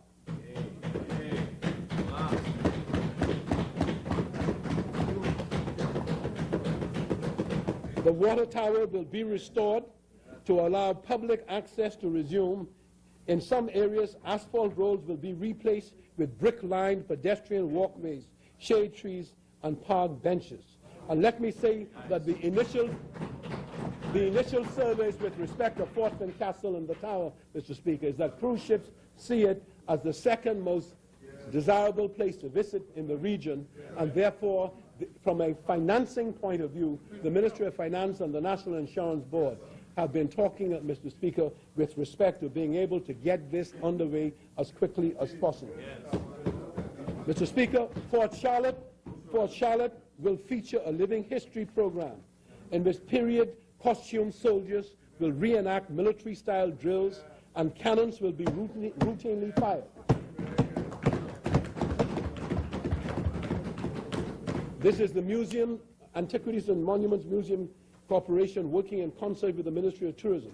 Cannons will be routinely fired. A sound and light feature of aspects of the history of the islands will be becoming a nighttime activity for tourists and residents to enjoy.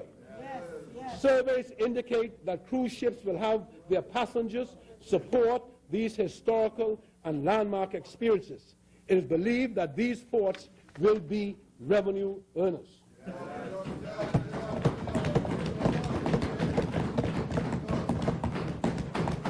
Mr. Speaker, a research section is being developed to facilitate research and publication of aspects of Bahamian history. A corps of young college graduates have been assembled to be trained and engaged in the program. It is envisaged that at least one book on Bahamian history will be published each year, and a series of scholarly articles published in national and international journals. The graduates will engage in a systematic program of oral history research in which senior Bahamians will be interviewed and their stories published in articles or included in the books on related subjects. Mr. Speaker, I come to National Heroes Park. A National Heroes Park, one that has been called for by two members of Parliament, the member for Long Island, the member for Fox Hill, for a very, very long time, will be developed where the legacy of Bahamian national heroes will be perennially enshrined in sculpture and signage. Bahamians and visitors alike will be able to tour the gardens and view historical perspectives on persons who have contributed to the development of the nation. The list of luminaries featured will include, but not be exclusive to, Sir Lyndon, Sir Milo, Sir James Carmichael Smith, Pompey, and Paul Blackett. Levels of recognition will be based on the tiered system stated in the National Heroes legislation. Mr. Speaker, the budget communication included 5 major interventions by my government. We believe that each of the proposed interventions represents a very significant development in the national affairs of the Bahamas and will prove to be a defining decision with very positive outcomes for both the people who are affected and the country of the Bahamas. Intervention number one. School for special children, occupational and therapeutic facilities for children and persons with learning disabilities. Mr. Speaker, the government has agreed to rent from the Catholic Diocese the former Our Lady's Primary School premises for the establishment of a school that will accommodate over 100 children with learning disabilities. This is a major intervention for challenged children and represents my government's commitment to bringing relief and assistance to parents and special children alike. In this budget, we have also provided for those special persons who may have completed schooling but have no other option but to remain at home. Recognizing an acute need to provide these disabled persons with additional relief and assistance, my government has announced an intention to establish a partnership with associations such as REACH, which deals with autism, and the Down Syndrome Association, in which the government would provide sufficient land and other resources for the establishment of a multi-purpose facility where special children and those who are older will be able to be kept while members of their families attend work, as well as be usefully employed on site in some industrial or agricultural enterprise.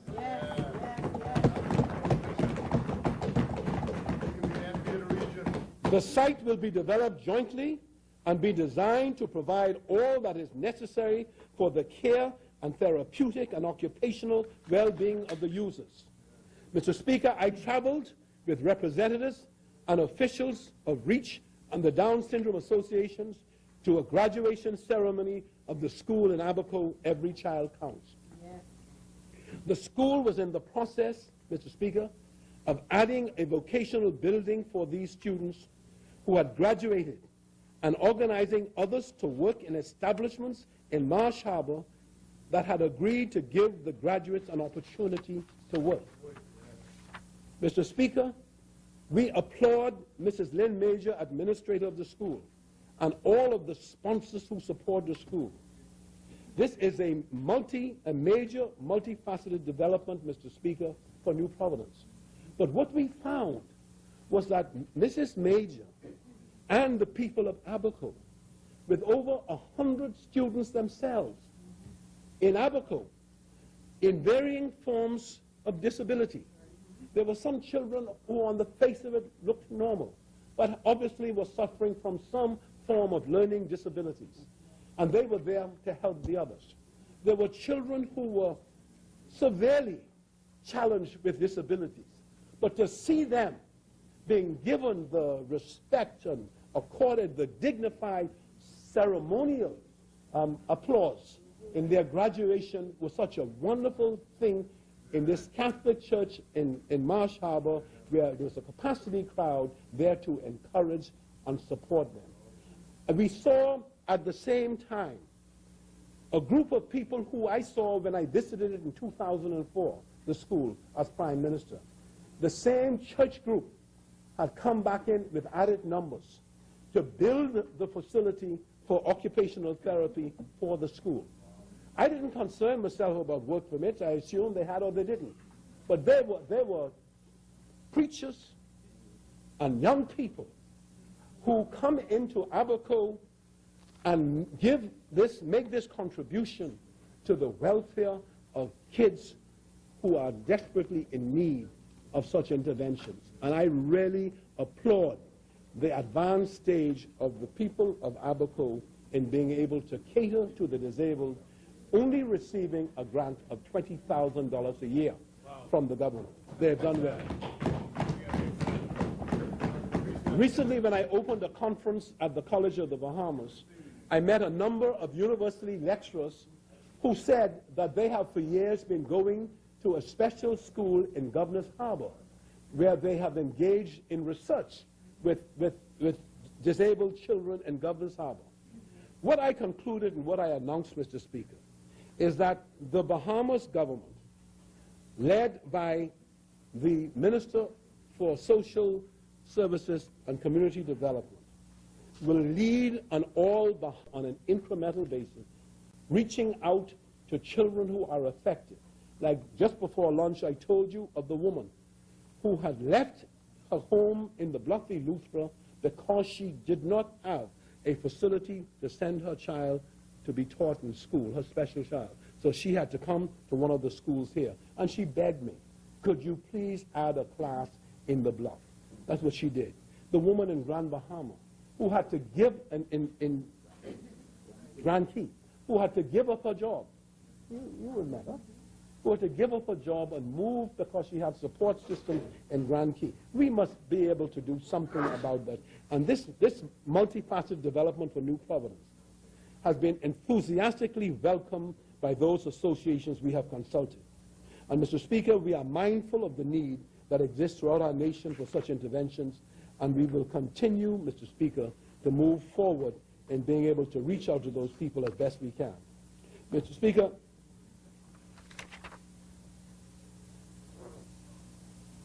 we know that what we are now establishing will have to be replicated in a smaller way in other places in the Bahamas. And our commitment and resolve to ease the pain and anguish of parents who are incredibly challenged with such children and without the necessary assistance of the kind we are now introducing, they are waiting for us to come, Mr. Speaker. The Minister of Social Services and Community Development will coordinate this public-private sector group, which will visit special facilities in New York, Florida, and Cuba in this coming month, with a view to assisting in the designing of what will be included in the proposed development. Now, Mr. Speaker, I just want to be able to say this. The greatest fear, Mr. Speaker, that thousands of parents have with special children is that when they die, when they pass, who will take care of the child? And when the state does not have any facility to do so, where you know you could go to Taylor Ward at Sandlands and go and look and see what will happen to them, and you would know they should not be there. I will die 1,000 deaths if I think that's where my Adam has to end up. But that's the reality, Mr. Speaker. And when we look at a country like the Bahamas, and we accept the philosophical commitment that every child or every person has a right to a fair share in the equity, in the resources of the Commonwealth of the Bahamas, then we gotta find a way. We have to find a way.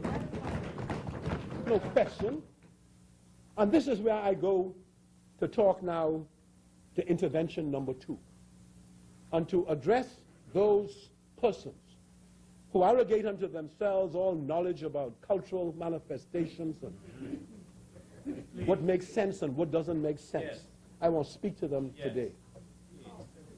I was traveling, Mr. Speaker, from New York with the Minister of Tourism.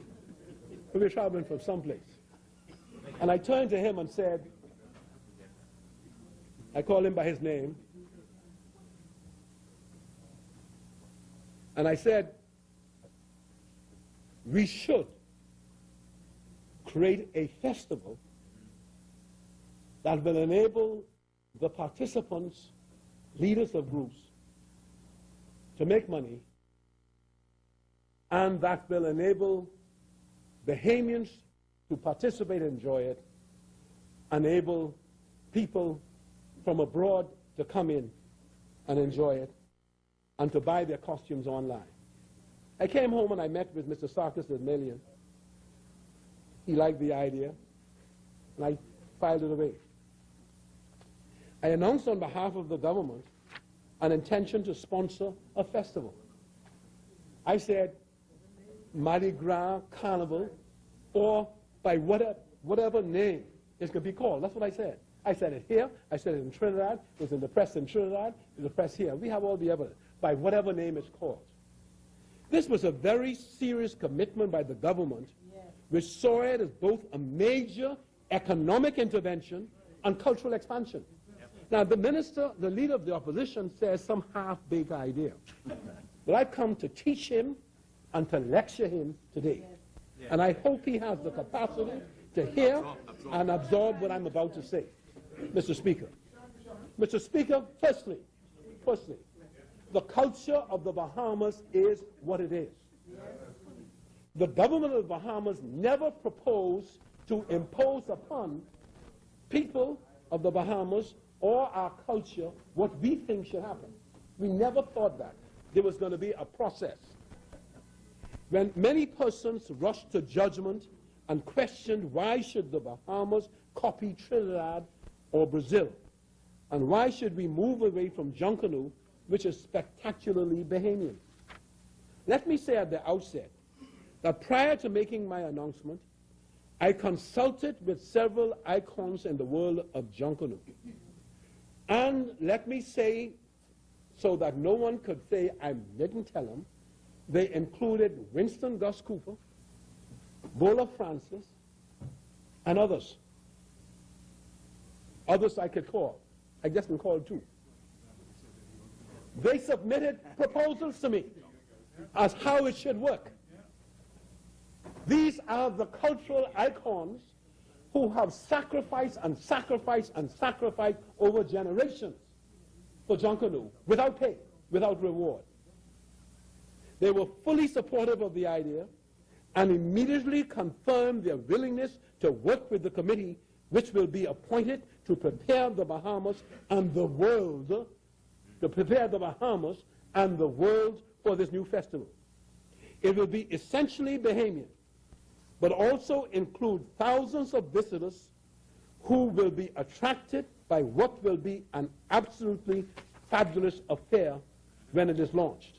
I have no doubt about it. Yes. The government will shortly appoint the committee. I have taken the liberty and some indulgence I crave on my colleagues to have invited Paul Major, a former banker and Junkanoo participant, to chair the committee. I heard someone say somebody boy. Based on the advice of the minister responsible for culture, I have invited Mr. Robert Sands and Mr. Ed Fields, and other major figures will be invited from the cultural field in painting, music, drama, you sing it, all of which are a part of this new enterprise. I expect the committee to hold full consultations with all of the major personalities in Junkanoo and associated enterprises. I will, for my part, advise the committee that I do not wish them to interfere with Junkanoo. This is a separate and different activity. I have indicated to the minister who brought the people who run the Junkanoo Council and all of that to me, I said, I do not want to confuse this with Junkanoo. The major Junkanoo groups and their leaders will be advised that on the face of it, we do not propose to license these groups unless there is overwhelming evidence of general acceptance by the rank and file. This is a corporate intervention where people will have to form companies. It is a major business enterprise. Mr. Speaker, as I will go on to tell you, groups will be licensed and will have to form themselves into companies and operate as a business. Yes. It is a massive undertaking which will receive very careful consideration of the government. This is very necessary, Mr. Speaker, as the corporate groups will be advertising abroad and inviting persons to purchase costumes online as well as from storefronts in a cultural village or elsewhere. The committee will ultimately move recommendations to the government for its consideration. It is my intention to invite the committee to consider stipulating mandatory components for the costume. For example, 20% of a costume incorporating the use of sisal and or straw. In this way, there could be the added value of stimulating the production of sisal and straw. We would also invite the committee to consider including the Ronnie Butler annual song competition towards stimulating the music industry. Yes. This is a process going on. The committee will make recommendations as to the name of the festival and the dates.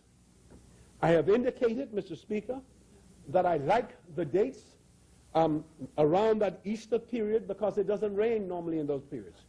Also, that the normal view of tourism, where you have things that they sponsor in July and September, does not apply to this, because we have 2,200 new rooms coming on stream at Bahamas in December next year.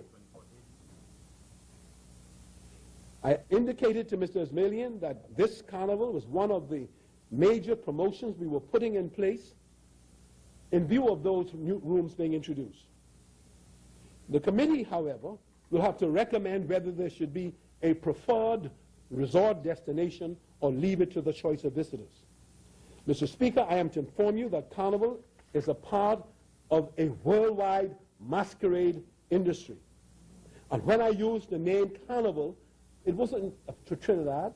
There are over 300 carnivals going on in the world. This industry has been successful, Mr. Speaker, in attracting costume makers, wire benders, painters, designers, and performers at some of the largest festivals in the world.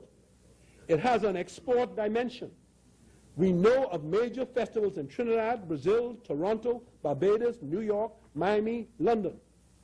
Carnival in the diaspora generates hundreds of millions of dollars. Let me say it again. Yep. I'm not talking about some idle intervention. No. Carnival in the diaspora generates hundreds of millions of dollars, creates many, many jobs, and entrepreneurial opportunities. It is big business, and it requires big business planning. It requires management, marketing of products, and organizational structure.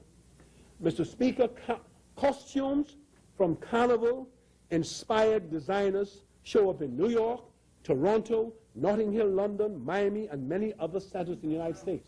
I have no doubt, Mr. Speaker, that the creative geniuses that we have here, if given the opportunity, Mr. Speaker, will have costumes that will rival any costumes in Rio, will rival costumes in Trinidad, and will find their way to the carnivals in Florida, the carnivals in New York, and the largest carnival in the world, Caravana, in Toronto.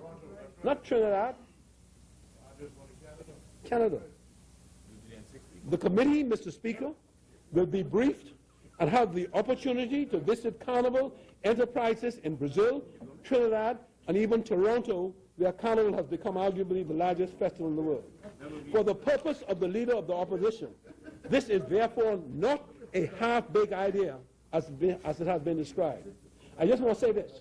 The university, colleagues, I want you to hear this. The University of the West Indies offers a degree course in Carnival Festival Studies. The National Training Agency of Trinidad, in collaboration with the National Carnival Development Foundation and the University of the West Indies Department of Carnival and Festival Arts, embarked on an initiative to develop occupational standards to certify Carnival as mass practitioners in the industry. This is big business. It involves people hiring many, many seamstresses, costume makers, having centers where this takes place. It's a year-round activity, and it is intended to be a major economic intervention on the part of people, Mr. Speaker, who must have the capacity to manage large numbers of people.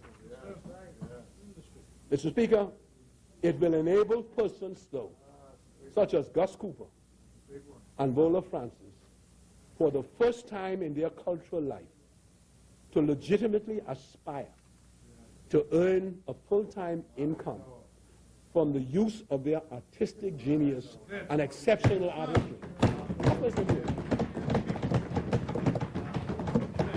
When Nicolette Bethel said it did not make sense, how could it work? I will let time and the brilliant artists of the Bahamas now and in the future provide all the answers that she will need. Mr. Speaker, intervention number 3. Urban agriculture. In announcing in my budget communication the placement of greenhouses in various institutions, I was introducing a new intervention of urban agriculture. Mr. Speaker, urban agriculture falls under the umbrella of the Urban Renewal Program and is an agricultural program by which a central unit of the government would joint venture with churches and/or specific community-based organizations in the inner city to bring about an understanding as to the extent to which we can achieve the following objectives. Grow some of the main staples of the Bahamian diet as a means to bringing down the cost of these food items while ensuring their quality and standards. Helping to develop proper eating habits in our communities. Save foreign exchange on food imports. Stimulating a community-owned economy. Providing a business model that generates profit to assist the ministry of the church or organizations concerned to build economic empowerment and encourage entrepreneurship among their members. The government would provide the land and greenhouses, greenhouse cooler and processing plant, security of perimeter land by fencing, technical expertise for the farming of food staples, mutually agreed percentage of salary of workers, support extended to training of persons identified in the food production, overall organization of crop rotation, and the church would assume responsibility for proper function and oversight of the greenhouses, appoint a greenhouse supervisor, manager, coordinator, provide persons to be trained to work at the plant, mutually agreed percentage of salary of workers, transportation to assist with sales, and security accountability of products. All profit made from the program will be shared as mutually agreed. The facility will be throughout the Bahamas, each in partnership with a nearby church or community-based organization. Mr. Speaker, I foreshadow that the government will begin and cause greenhouses to be placed in the prison, William A. Pratt and Simpson Penn schools, and houses for young persons and elderly persons. Additionally, as part of the urban renewal program, we move to identify land in various constituencies where members of the community will be employed and trained to manage greenhouses. The Member of Parliament for Baines and Grandstown has already identified available land in his constituency and persons to be selected for training. Let's get it on, Mr. Speaker. Let's get it on.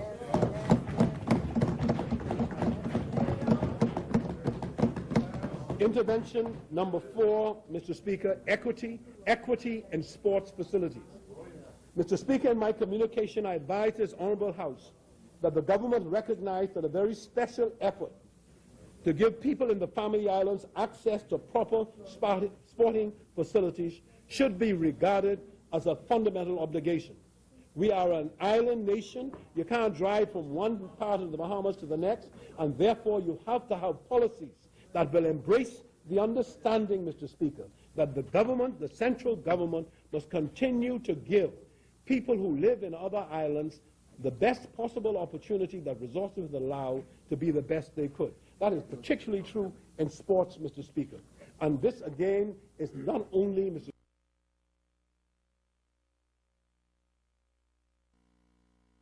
of the country, but people who win medals, and it has to do with creating a body of athletes, Mr. Speaker, who will find jobs abroad in sports. We've already seen that we've had NBA players drafted, baseball players drafted. We've seen football players from the Bahamas drafted. And so we know our capacity, Mr. Speaker. We just have to give these kids, particularly in these outlying areas, an opportunity to be the best they could. Mr. Speaker, we decided that we had all the evidence we needed to believe that in our islands there are Olympic gold medalists waiting to be discovered. Mr. Speaker, we saw a young man in Grenada. And you know, we have our Grenada in the Bahamas, let's say Abaco, who won a Carifta World Championship, and then won the World Championships in the 400 meters, and then won the gold medal at 19 years of age in the 400 meters. We saw a 19-year-old from Trinidad win the gold medal at Carifta, the Junior World Championships at the London Games, Junior World Championships, and the gold medal at the London Games. Javelin, a gold medal in the javelin at the London Games. We know of our players who played Major League Baseball, NBA basketball. We have seen Ariana Vanderpool in swimming, our beach soccer team in the recent championships. We know that teams selected to represent the Bahamas generally come from New Providence and Grand Bahama, where facilities exist. We will now change course and introduce a sports building program in the Family Islands towards ultimately giving our talented young athletes access to proper facilities and therefore the potential to be the best they can. With the facilities will come proper coaching. The minister responsible for sports is moving very quickly and has already had consultants and officers of the government identify sites for a sports complex in Abaco, Moores Island, and Exuma. The Minister will continue with identifying sites in Eleuthera, Andros, Cat Island, Long Island, and other islands of the Bahamas. Full and complete plans will be put in place. Mr. Speaker, as we were involved, I remember the member for Bain and Grandstown and myself in Carifta game preparations. We used to hear things like the children of Long Island running on the airstrip because they had no facility to run on. A particular 800-meter run is to run on the airstrip. We used to hear from San Salvador as they run on a hill. We have to change that, Mr. Speaker. Just simple grass fields. I grew up running on the Eastern Parade or at SAC, where there was grass tracks. And so we're going to put proper facilities in the islands, but in outlying areas, we're also going to put grass fields, because we are very excited over this intervention. Because for me, as a former track and field athlete, I actually believe there's a gold medalist to be discovered for the next Olympics, Mr. Speaker, in those islands. Just as I called what happened to Karani James and the chap from Trinidad, I expect that we will be, that the minister will start work relatively quickly in Abaco, if only because we have the makings of a public-private partnership where Bakers Bay developers have agreed to assist the government in the establishment of the center in Abaco. And secondly, Mr. Speaker, the people of Abaco have already built their own softball park, and we are incorporating that softball park in this sports complex. Mr. Speaker, I now introduce what is perhaps the most defining of the 5 areas. That is the establishment of the Agriculture and Marine Institute.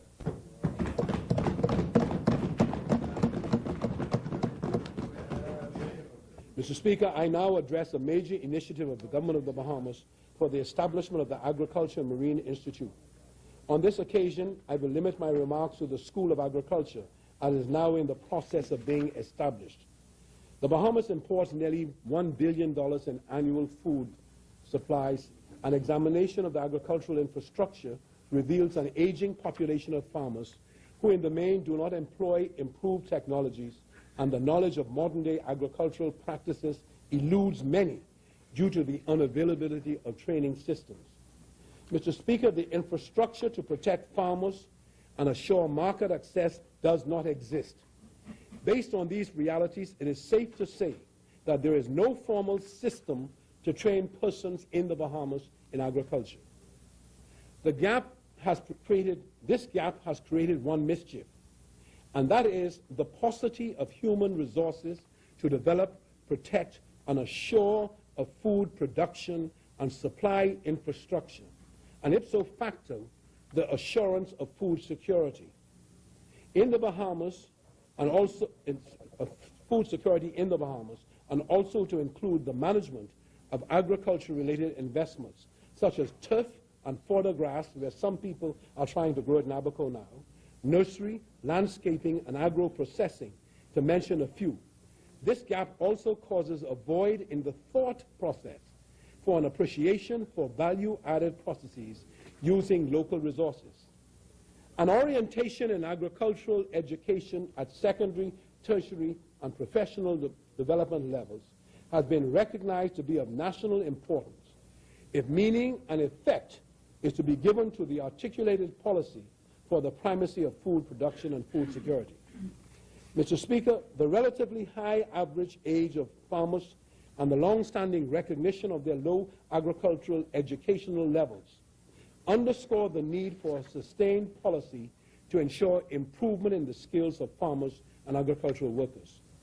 An analysis of agricultural development in developing countries has shown that adequate investment in the agricultural education increases output per worker by several multiples, even if the land area per worker continues to decline. Against this background, my government believes that the decision to establish an Agriculture and Marine Institute in North Andros is a very good one.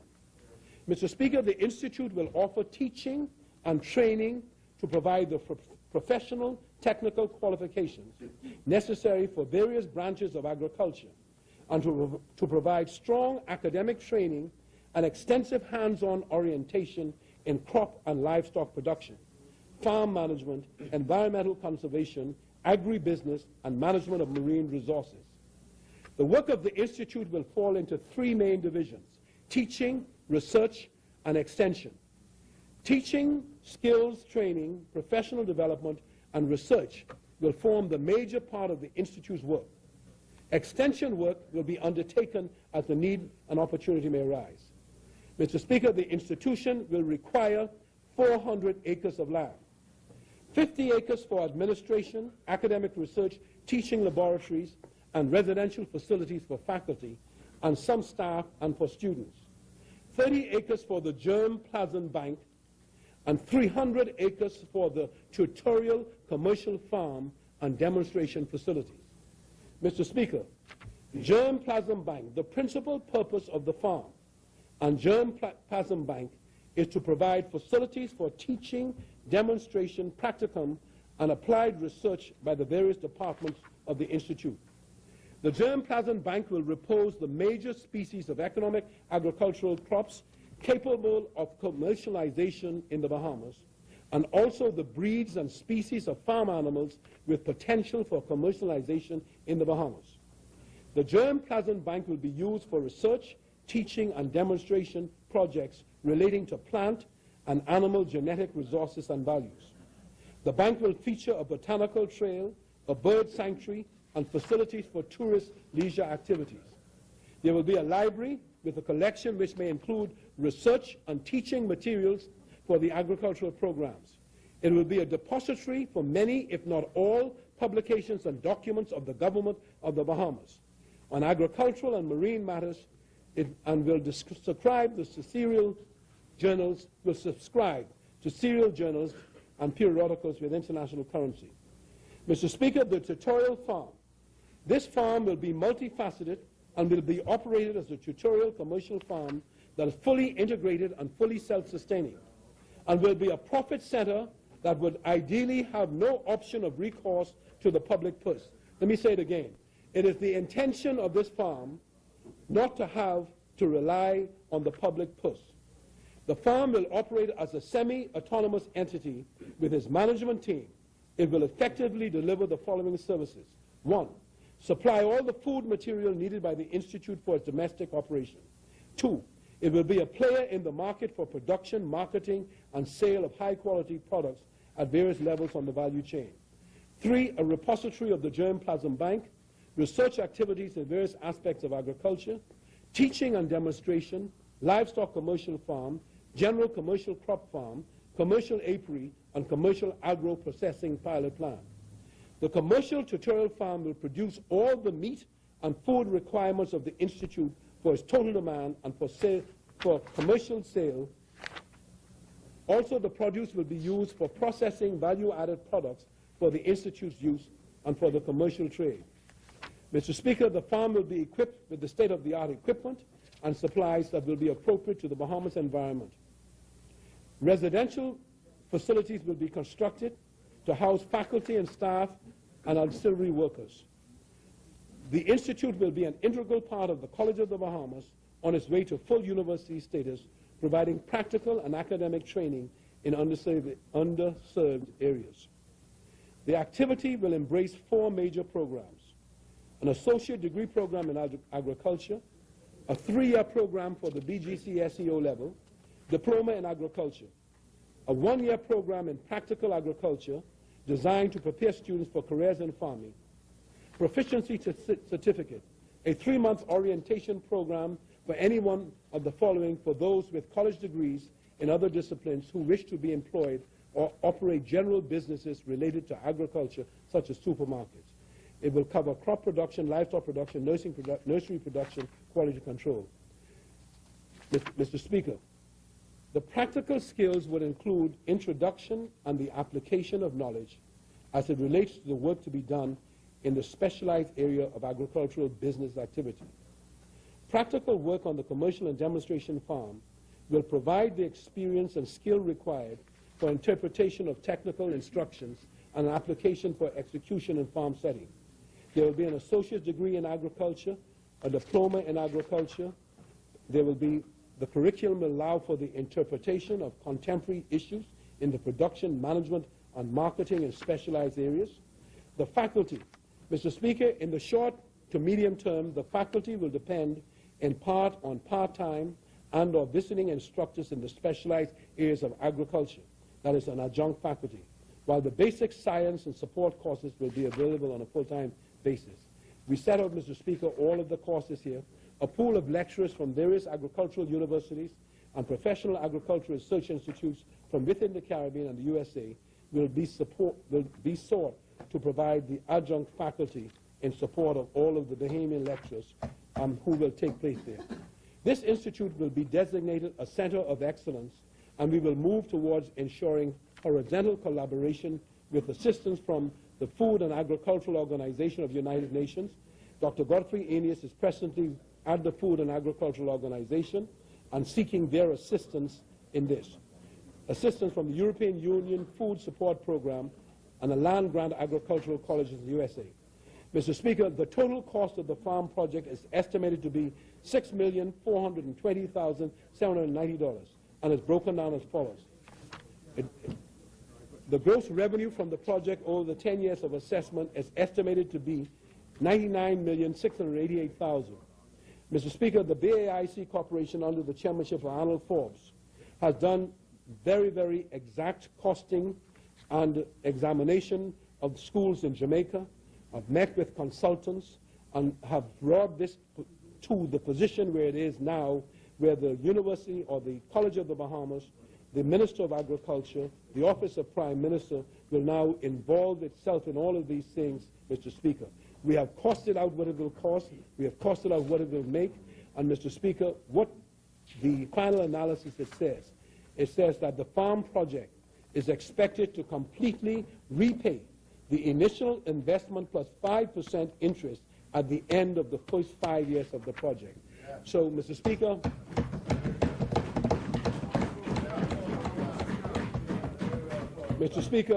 there are extraordinary benefits from this. We are moving very, very quickly, Mr. Speaker. We want to begin this summer to begin preparing the lands.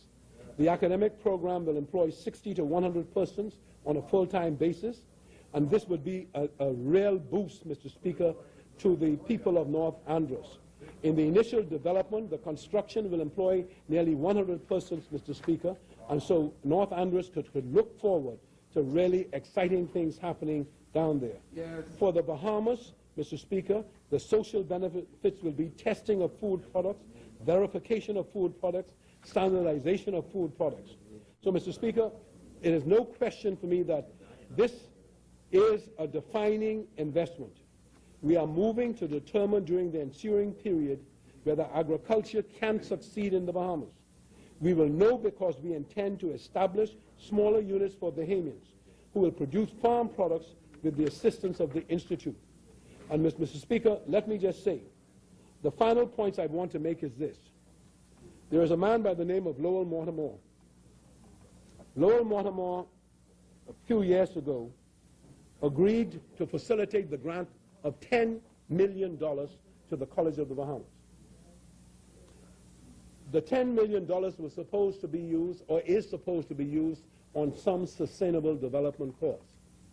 I am told that the land has not been turned over to the college, upon which a building will be established for that.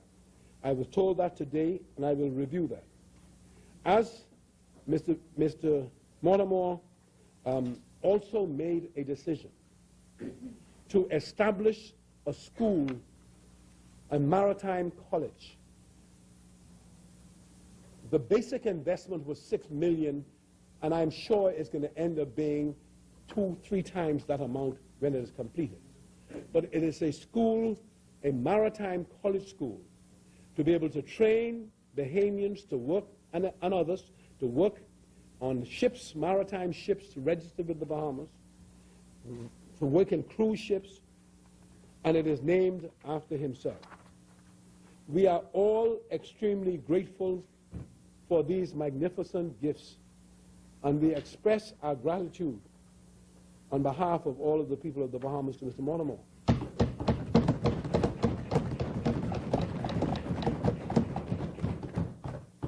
I have said at the College of the Bahamas, in the presence of Mr. Mortimer and the leaders of the College of the Bahamas, that Mr. Mortimer ought to give consideration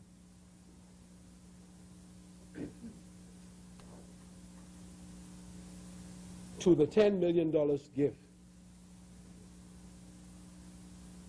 also applying to the School of Agriculture and Marine Resource Sciences in Andros, with all of the appropriate recognitions associated therewith. I have also indicated to him that the Lowell J. Mortimer Maritime College, and again is being held up only because we have not completed the transfer of a lease, an extension of a lease of the key beyond Arawak Key that was called Crystal Key. I have also indicated to him that he ought to give serious consideration to having the Lowell J. Mortimer Maritime College work within the ambit of the University of the Bahamas.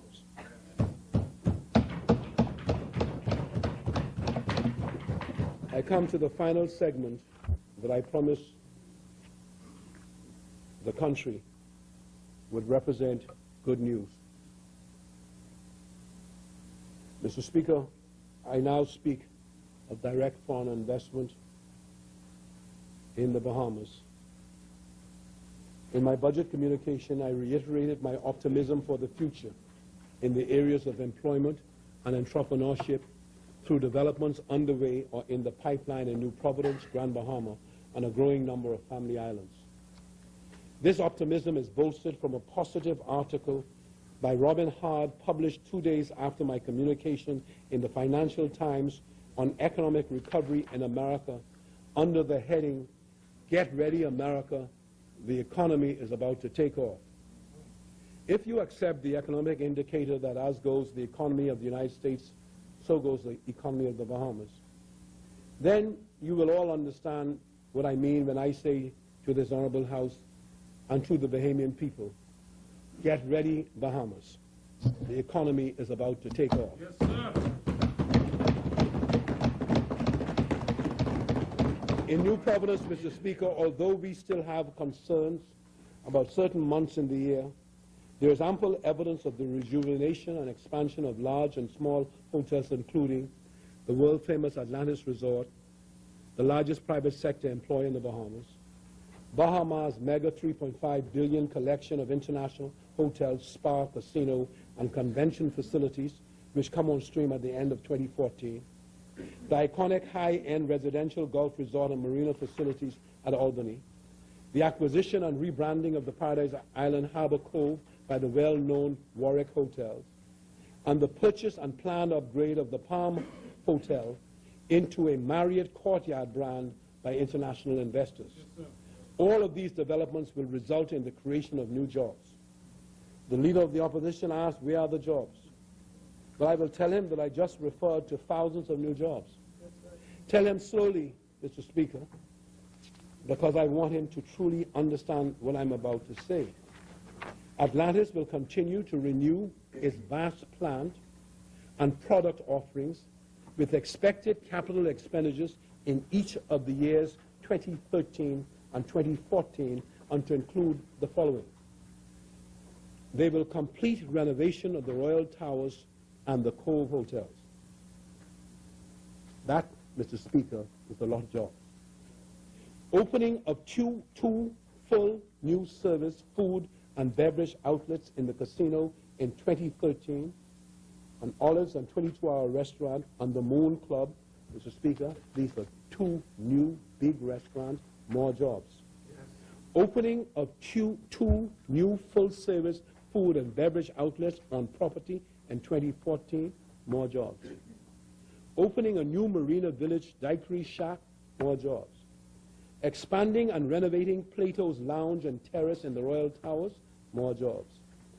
Adding new attractions such as a mini golf and overhead ropes course, more jobs.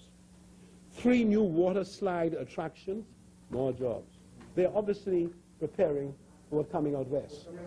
Expanded sea lion interaction pools and facilities, more jobs. Addition of a new state-of-the-art wedding chapel overlooking the ocean, more jobs.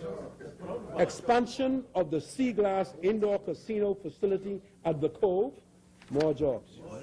Expansion and development of a new state-of-the-art race and sports book, more jobs.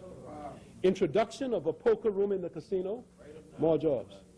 Renovation of the Ocean Club suites, many more jobs. Potential redevelopment of the entire Ocean Club Hartford wing is going to happen, and it's going to be more jobs. Opening of a new logo baby wear store, more jobs. Mr. Speaker, I've just spoken of hundreds of new jobs. When the $3.5 billion Bahamas development comes on stream in December 2014, it will usher in a new dimension in Bahamian and regional tourism, bringing together in one resort project the internationally recognized hospitality brands of Hyatt, Rosewood, Mondrian, comprising more than 2,200 new rooms with more than 1,100 additional rooms available at the adjacent Sheraton and Wyndham Hotel. Mr. Speaker, I can tell you that's thousands of jobs. Now, Bahamas, Mr. Speaker, is creating the largest combined casino and convention facilities in the region. The developer has selected Global Gaming Asset Management as its gaming partner to manage the casino, the Bahamas Casino brand. Bahamas has positioned itself to develop strategic partnerships with key gaming companies worldwide. Comprised of former Las Vegas Sands executives, GCAM management team has been involved with the development, design, construction, and operation of some of the largest and well-known casinos in the United States, Mexico, Singapore, and the Philippines. My government is looking optimistically forward to the completion of the project, which is projected to provide 8,000 permanent jobs and 430,000 stopover visitors to Nassau in the first year. Did someone ask where are the jobs? Additionally, the leader of the opposition spoke about my government being silent on plans and strategy about creating jobs. I will begin to address his concerns. My government is committed to an aggressive marketing relaunch campaign with Bahamas and participating Cable Beach resorts. We are committed to working cooperatively with the local tourism industry in putting in place the necessary airlift which will be required by the destination. We are committed to making best efforts to secure a strategic partner and alliances to transform the national flag carrier into a low-cost, efficient international air carrier to provide essential airlift to support the tourism industry and commerce. We are committed to joining forces with the tourism industry and the National Training Agency with training programs and resources to equip as many Bahamians as possible for expanded job and entrepreneurial opportunities in New Providence, Grand Bahama, and the Family Islands. Mr. Speaker, the upscale and ambitious Albany project, headed by business tycoon Mr. Joe Lewis, continues to attract major capital inflows from foreign direct investment, both by the developer and homeowners, of what is now among the choicest real estate in the Bahamas. Phase 2, which started last September, involves the construction of luxury marina residences at a cost of $125 million, which will ultimately provide some 750 to 1,000 jobs. Ongoing construction of custom lots involves a further spend of some $100 million and the creation of another 500 jobs. Mr. Speaker, this is happening right now.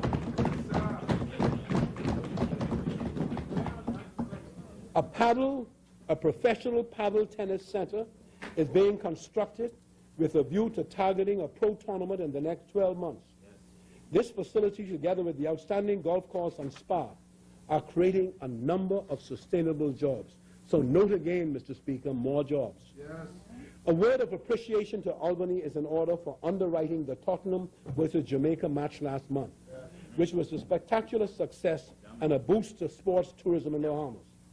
Albany's anchor support for the Urban Renewal Initiative is a splendid example of community involvement by a good corporate citizen, and I am told, Mr. Speaker, that they are talking about a major investment in urban renewal.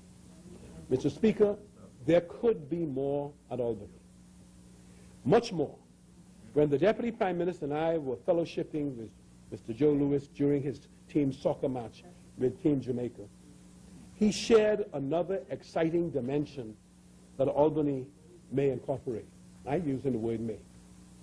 I will not say any more at this time, but I can tell you with all the assurance that will mean even more excellent jobs, and not next year and the year after. So, Mr. Speaker, while speaking to investment and development plans for the western part of New Providence, I'm also pleased to indicate that a Bahamian, Mr. Mark Holovesco, who owns the Mahogany Restaurant just outside the gates of Lightfoot Key, is planning to build an attractive boutique hotel on prime property adjacent to the restaurant, which will cater to leisure and business travelers in a lush tropical environment like that which so beautifully surrounds the restaurant. Mr. Speaker, you would know that is more jobs. I wish to encourage more and more Bahamians to become involved in touristic projects of this nature throughout the Bahamas, and thus take greater ownership of the tourism industry. Mr. Speaker, we have been engaged in an ongoing dialogue with the owners of the South Ocean Beach Resort, a Canadian pension fund, which are also part owners of the Hilton Hotel property downtown. Being aware of a substantial offer which had been made for the purchase of this prime dominant property, I have emphasized to the owners the economic necessity for its redevelopment, and the owner has failed over a number of years to meet their commitments to do so. I have pointed out that as a result of such failure, and without a viable plan to move forward with the redevelopment of the property in a timely manner, there could be no assurance that the government would, as previously promised, entertain an application for a casino license or agree to a road diversion. Meanwhile, the owners have retained consultants to value the property and have completed a new land use plan for the purpose of an offering document to market the South Ocean Beach property. We shall see what happens.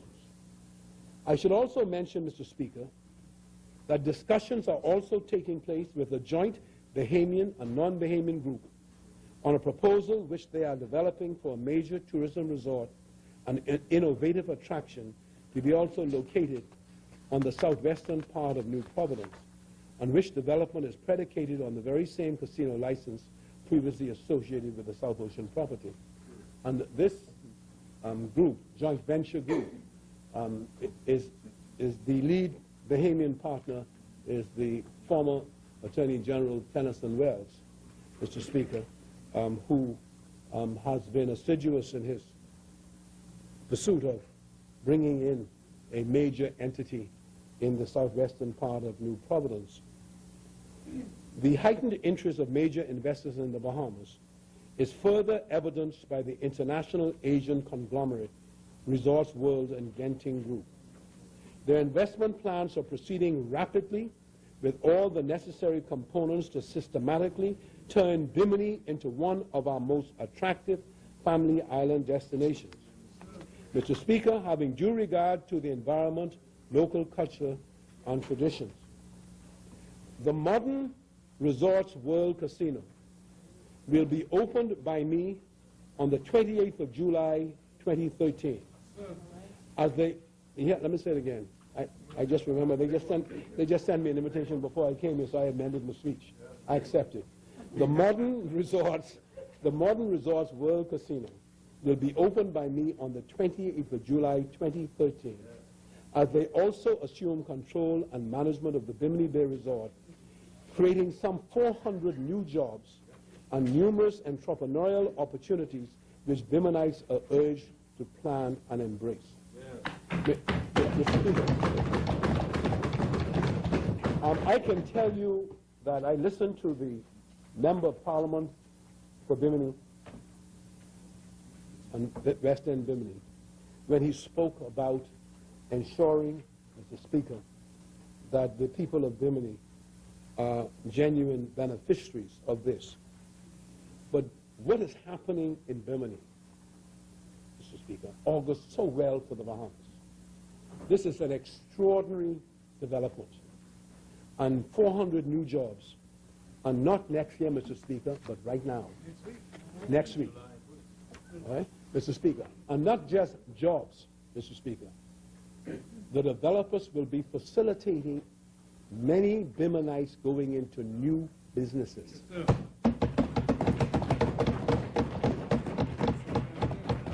And the Member of Parliament will have a hand in ensuring that that is done appropriately and effectively. The Modern Resorts World Casino, Mr. Speaker,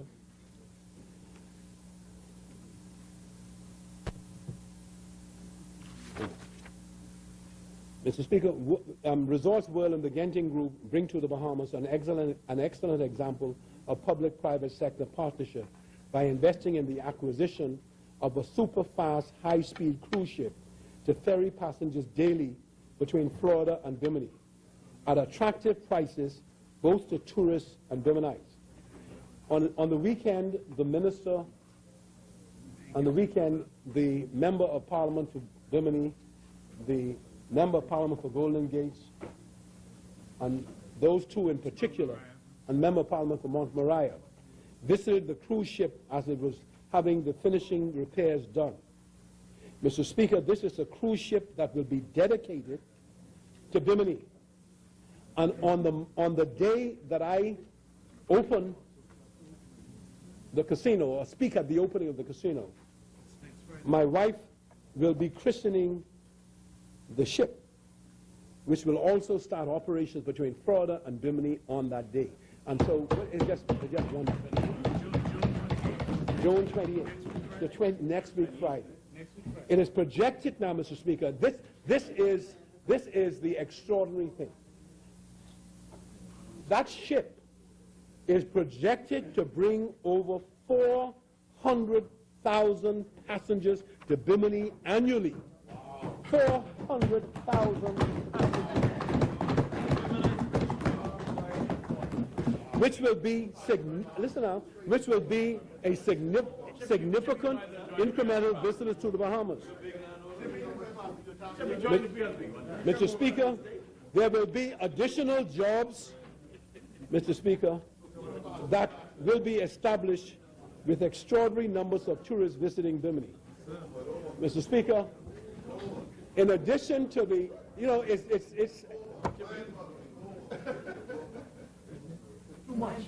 the developer is building a new deep water jetty and terminal to facilitate the ship, all at their expense.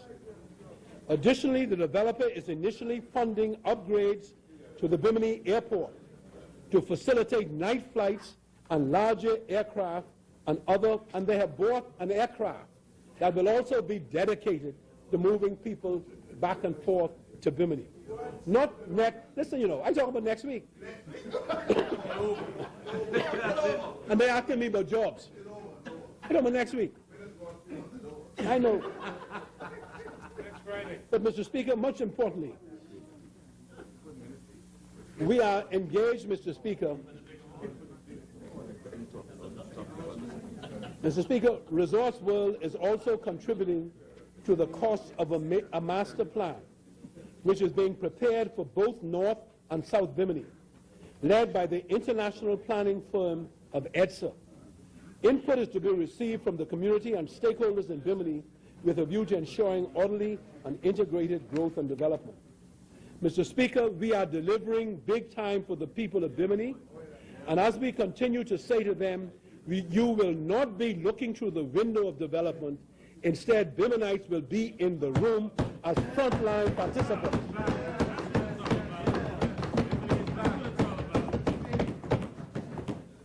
Mr. Speaker, Genting Energy, at the instance of its chairman, undertook and provided the government without cost with a useful national energy and water study with recommendations on reducing costs. Resorts World and Genting, which owns 50% of Norwegian cruise lines, is expanding its fleet. I recently participated in the christening of the newest ship, the Breakaway, which will commence cruises in the fall from New York to the Bahamas. In February of next year, another new ship, the Gateway, will commence cruises from Florida, including the Bahamas, on its itinerary. Mr. Speaker, the economic challenges after years of neglect, the ravages of hurricanes, and the international recession on Grand Bahama continue to receive focused attention by my government. Every opportunity is being embraced, both at home and abroad, to extol the incentives, benefits, and infrastructure which make Grand Bahama and Freeport in particular an attractive place in which to invest. While international shipping, the shipyard, and industrial sectors of the economy are doing well, we are still pushing forward with plans to put the tourism, real estate service, and commercial sectors of Grand Bahama economy on a sound footing. By the start of the winter season, under a tripartite arrangement between the government, Hutchison Whampoa, Sunwing, the Canadian affiliate of TUI, the following major initiatives will be achieved to rejuvenate the Grand Bahama tourism industry. A Minister of Tourism, a Member of Parliament for Pine Ridge, this is your area. 1, the 400-room Reef Village will be renovated and completely refurbished by Hutchison, leased and operated by Sunwing as a Blue Diamond 5-star all-inclusive resort. That's hundreds of jobs. Sunwing, using a fleet of modern aircraft, will provide airlift with several flights per week from Canada to Freeport. Sunwing will join forces with other air carriers and tour operators to support increased touristic travel from the United States. Mr. Speaker, the combined hotel, airlift, and tour operation of Sunwing will create over 1,000 direct new jobs with additional indirect jobs in Grand Bahama. That is going to happen. Sunwing has already started its marketing campaign. It's selecting its resort management team and planning the recruitment and training of staff for the resort. Over the ensuing weeks, local contractors and a significant number of Grand Bahamians will find employment as construction and renovations take place. Mr. Speaker, I declare more jobs. Yes, yes. Mr. Speaker, my office remains in dialogue with Hutchison and potential operators on the reopening of the Lighthouse Point property. During the course of this budget period, the Grand Lucayan will refurbish, this year coming up now, all of 542 rooms in its Breakers Key building and upgrade some public areas and surrounding restaurants. Again, I say for emphasis, when you asked about the jobs, therein more jobs.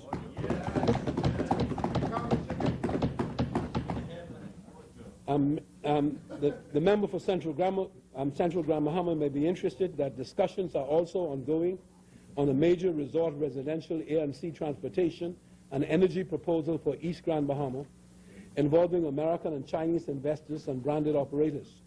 Their plans are still developing, and the due diligence process diligence process has commenced. Discussions, yeah.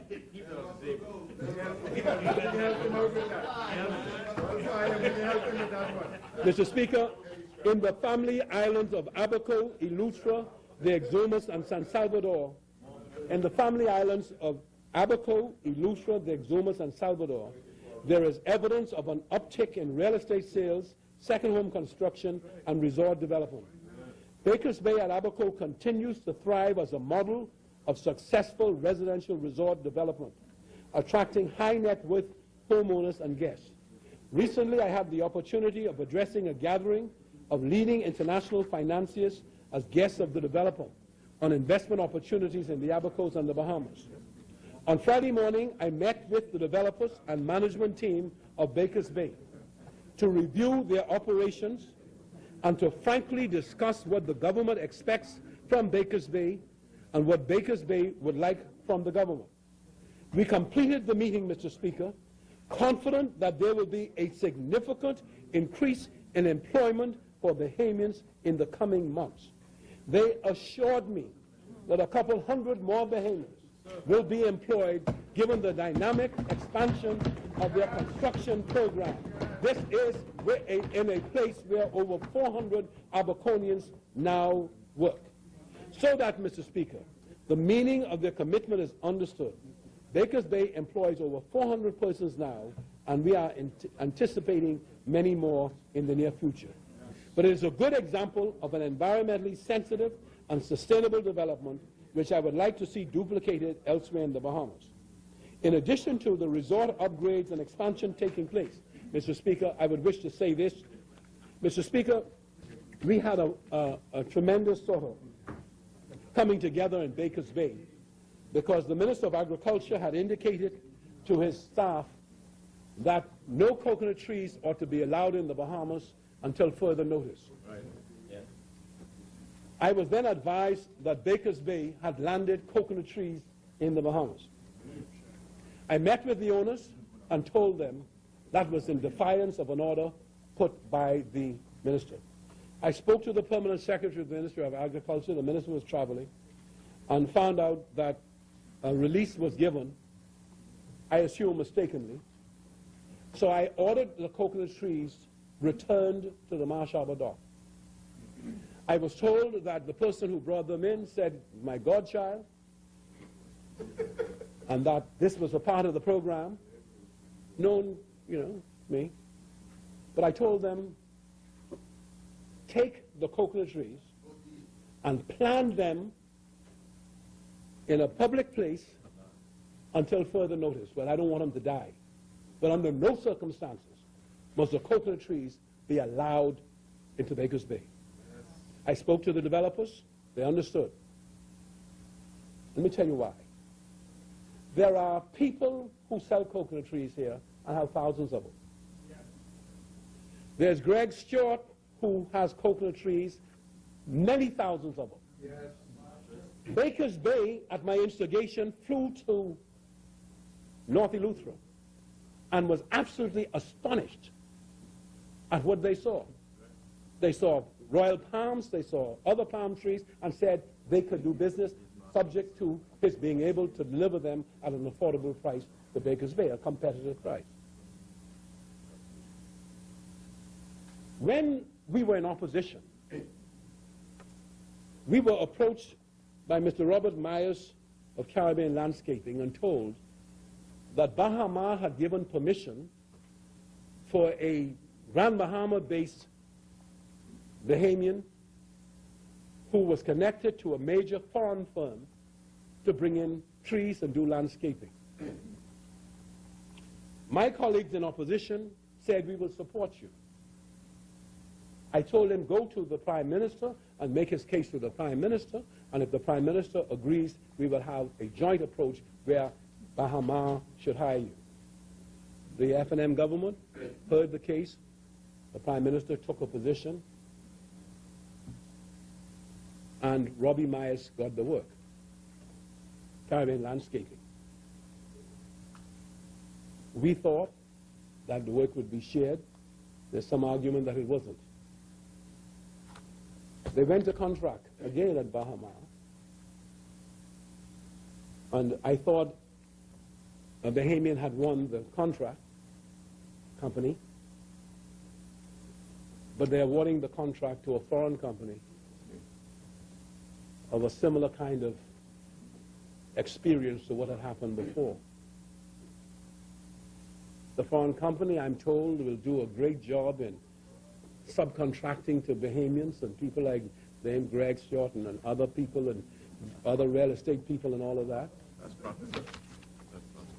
But the question for the Bahamas government is there any time in our own life, I mean, any point in our lifetime, where coconut trees and pigeon plum trees could be planted by Bahamians?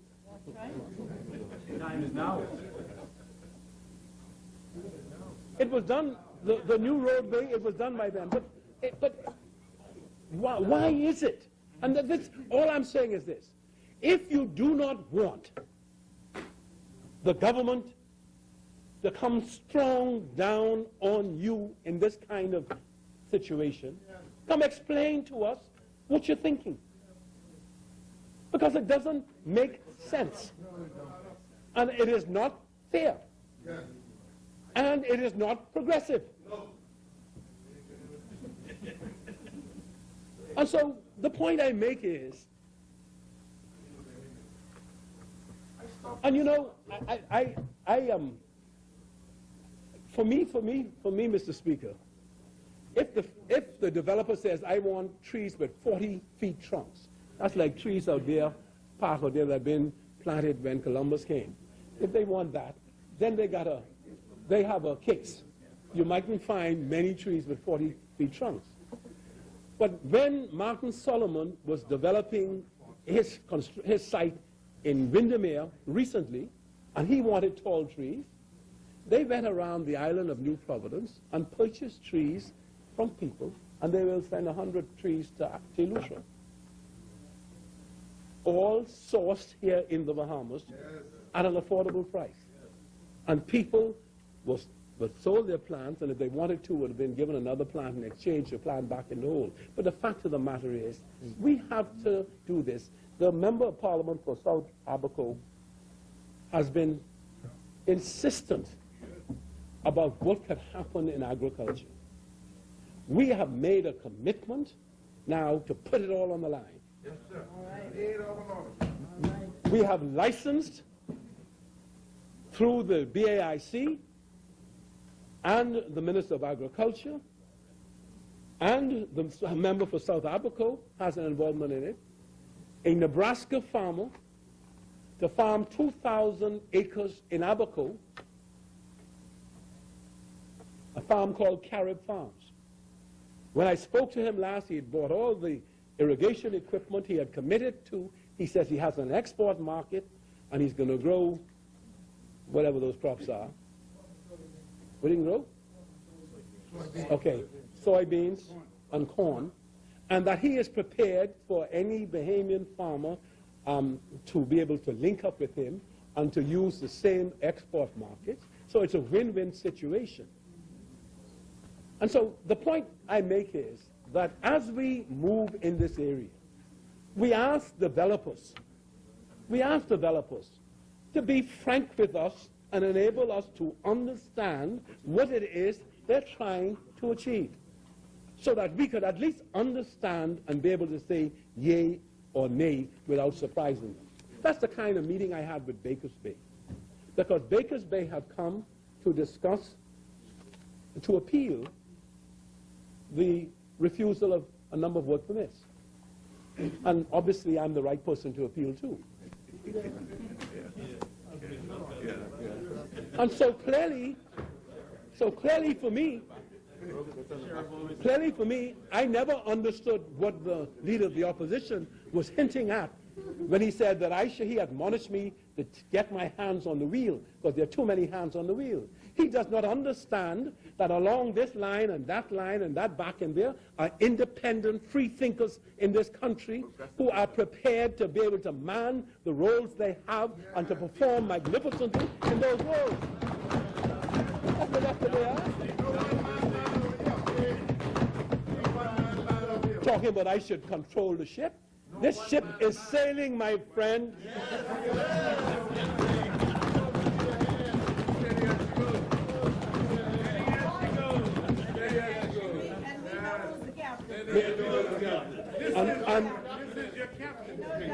And let me say, this is your captain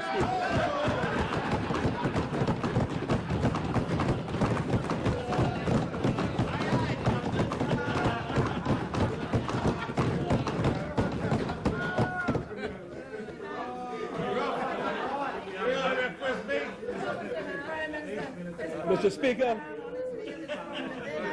Mr. Speaker, no, you know.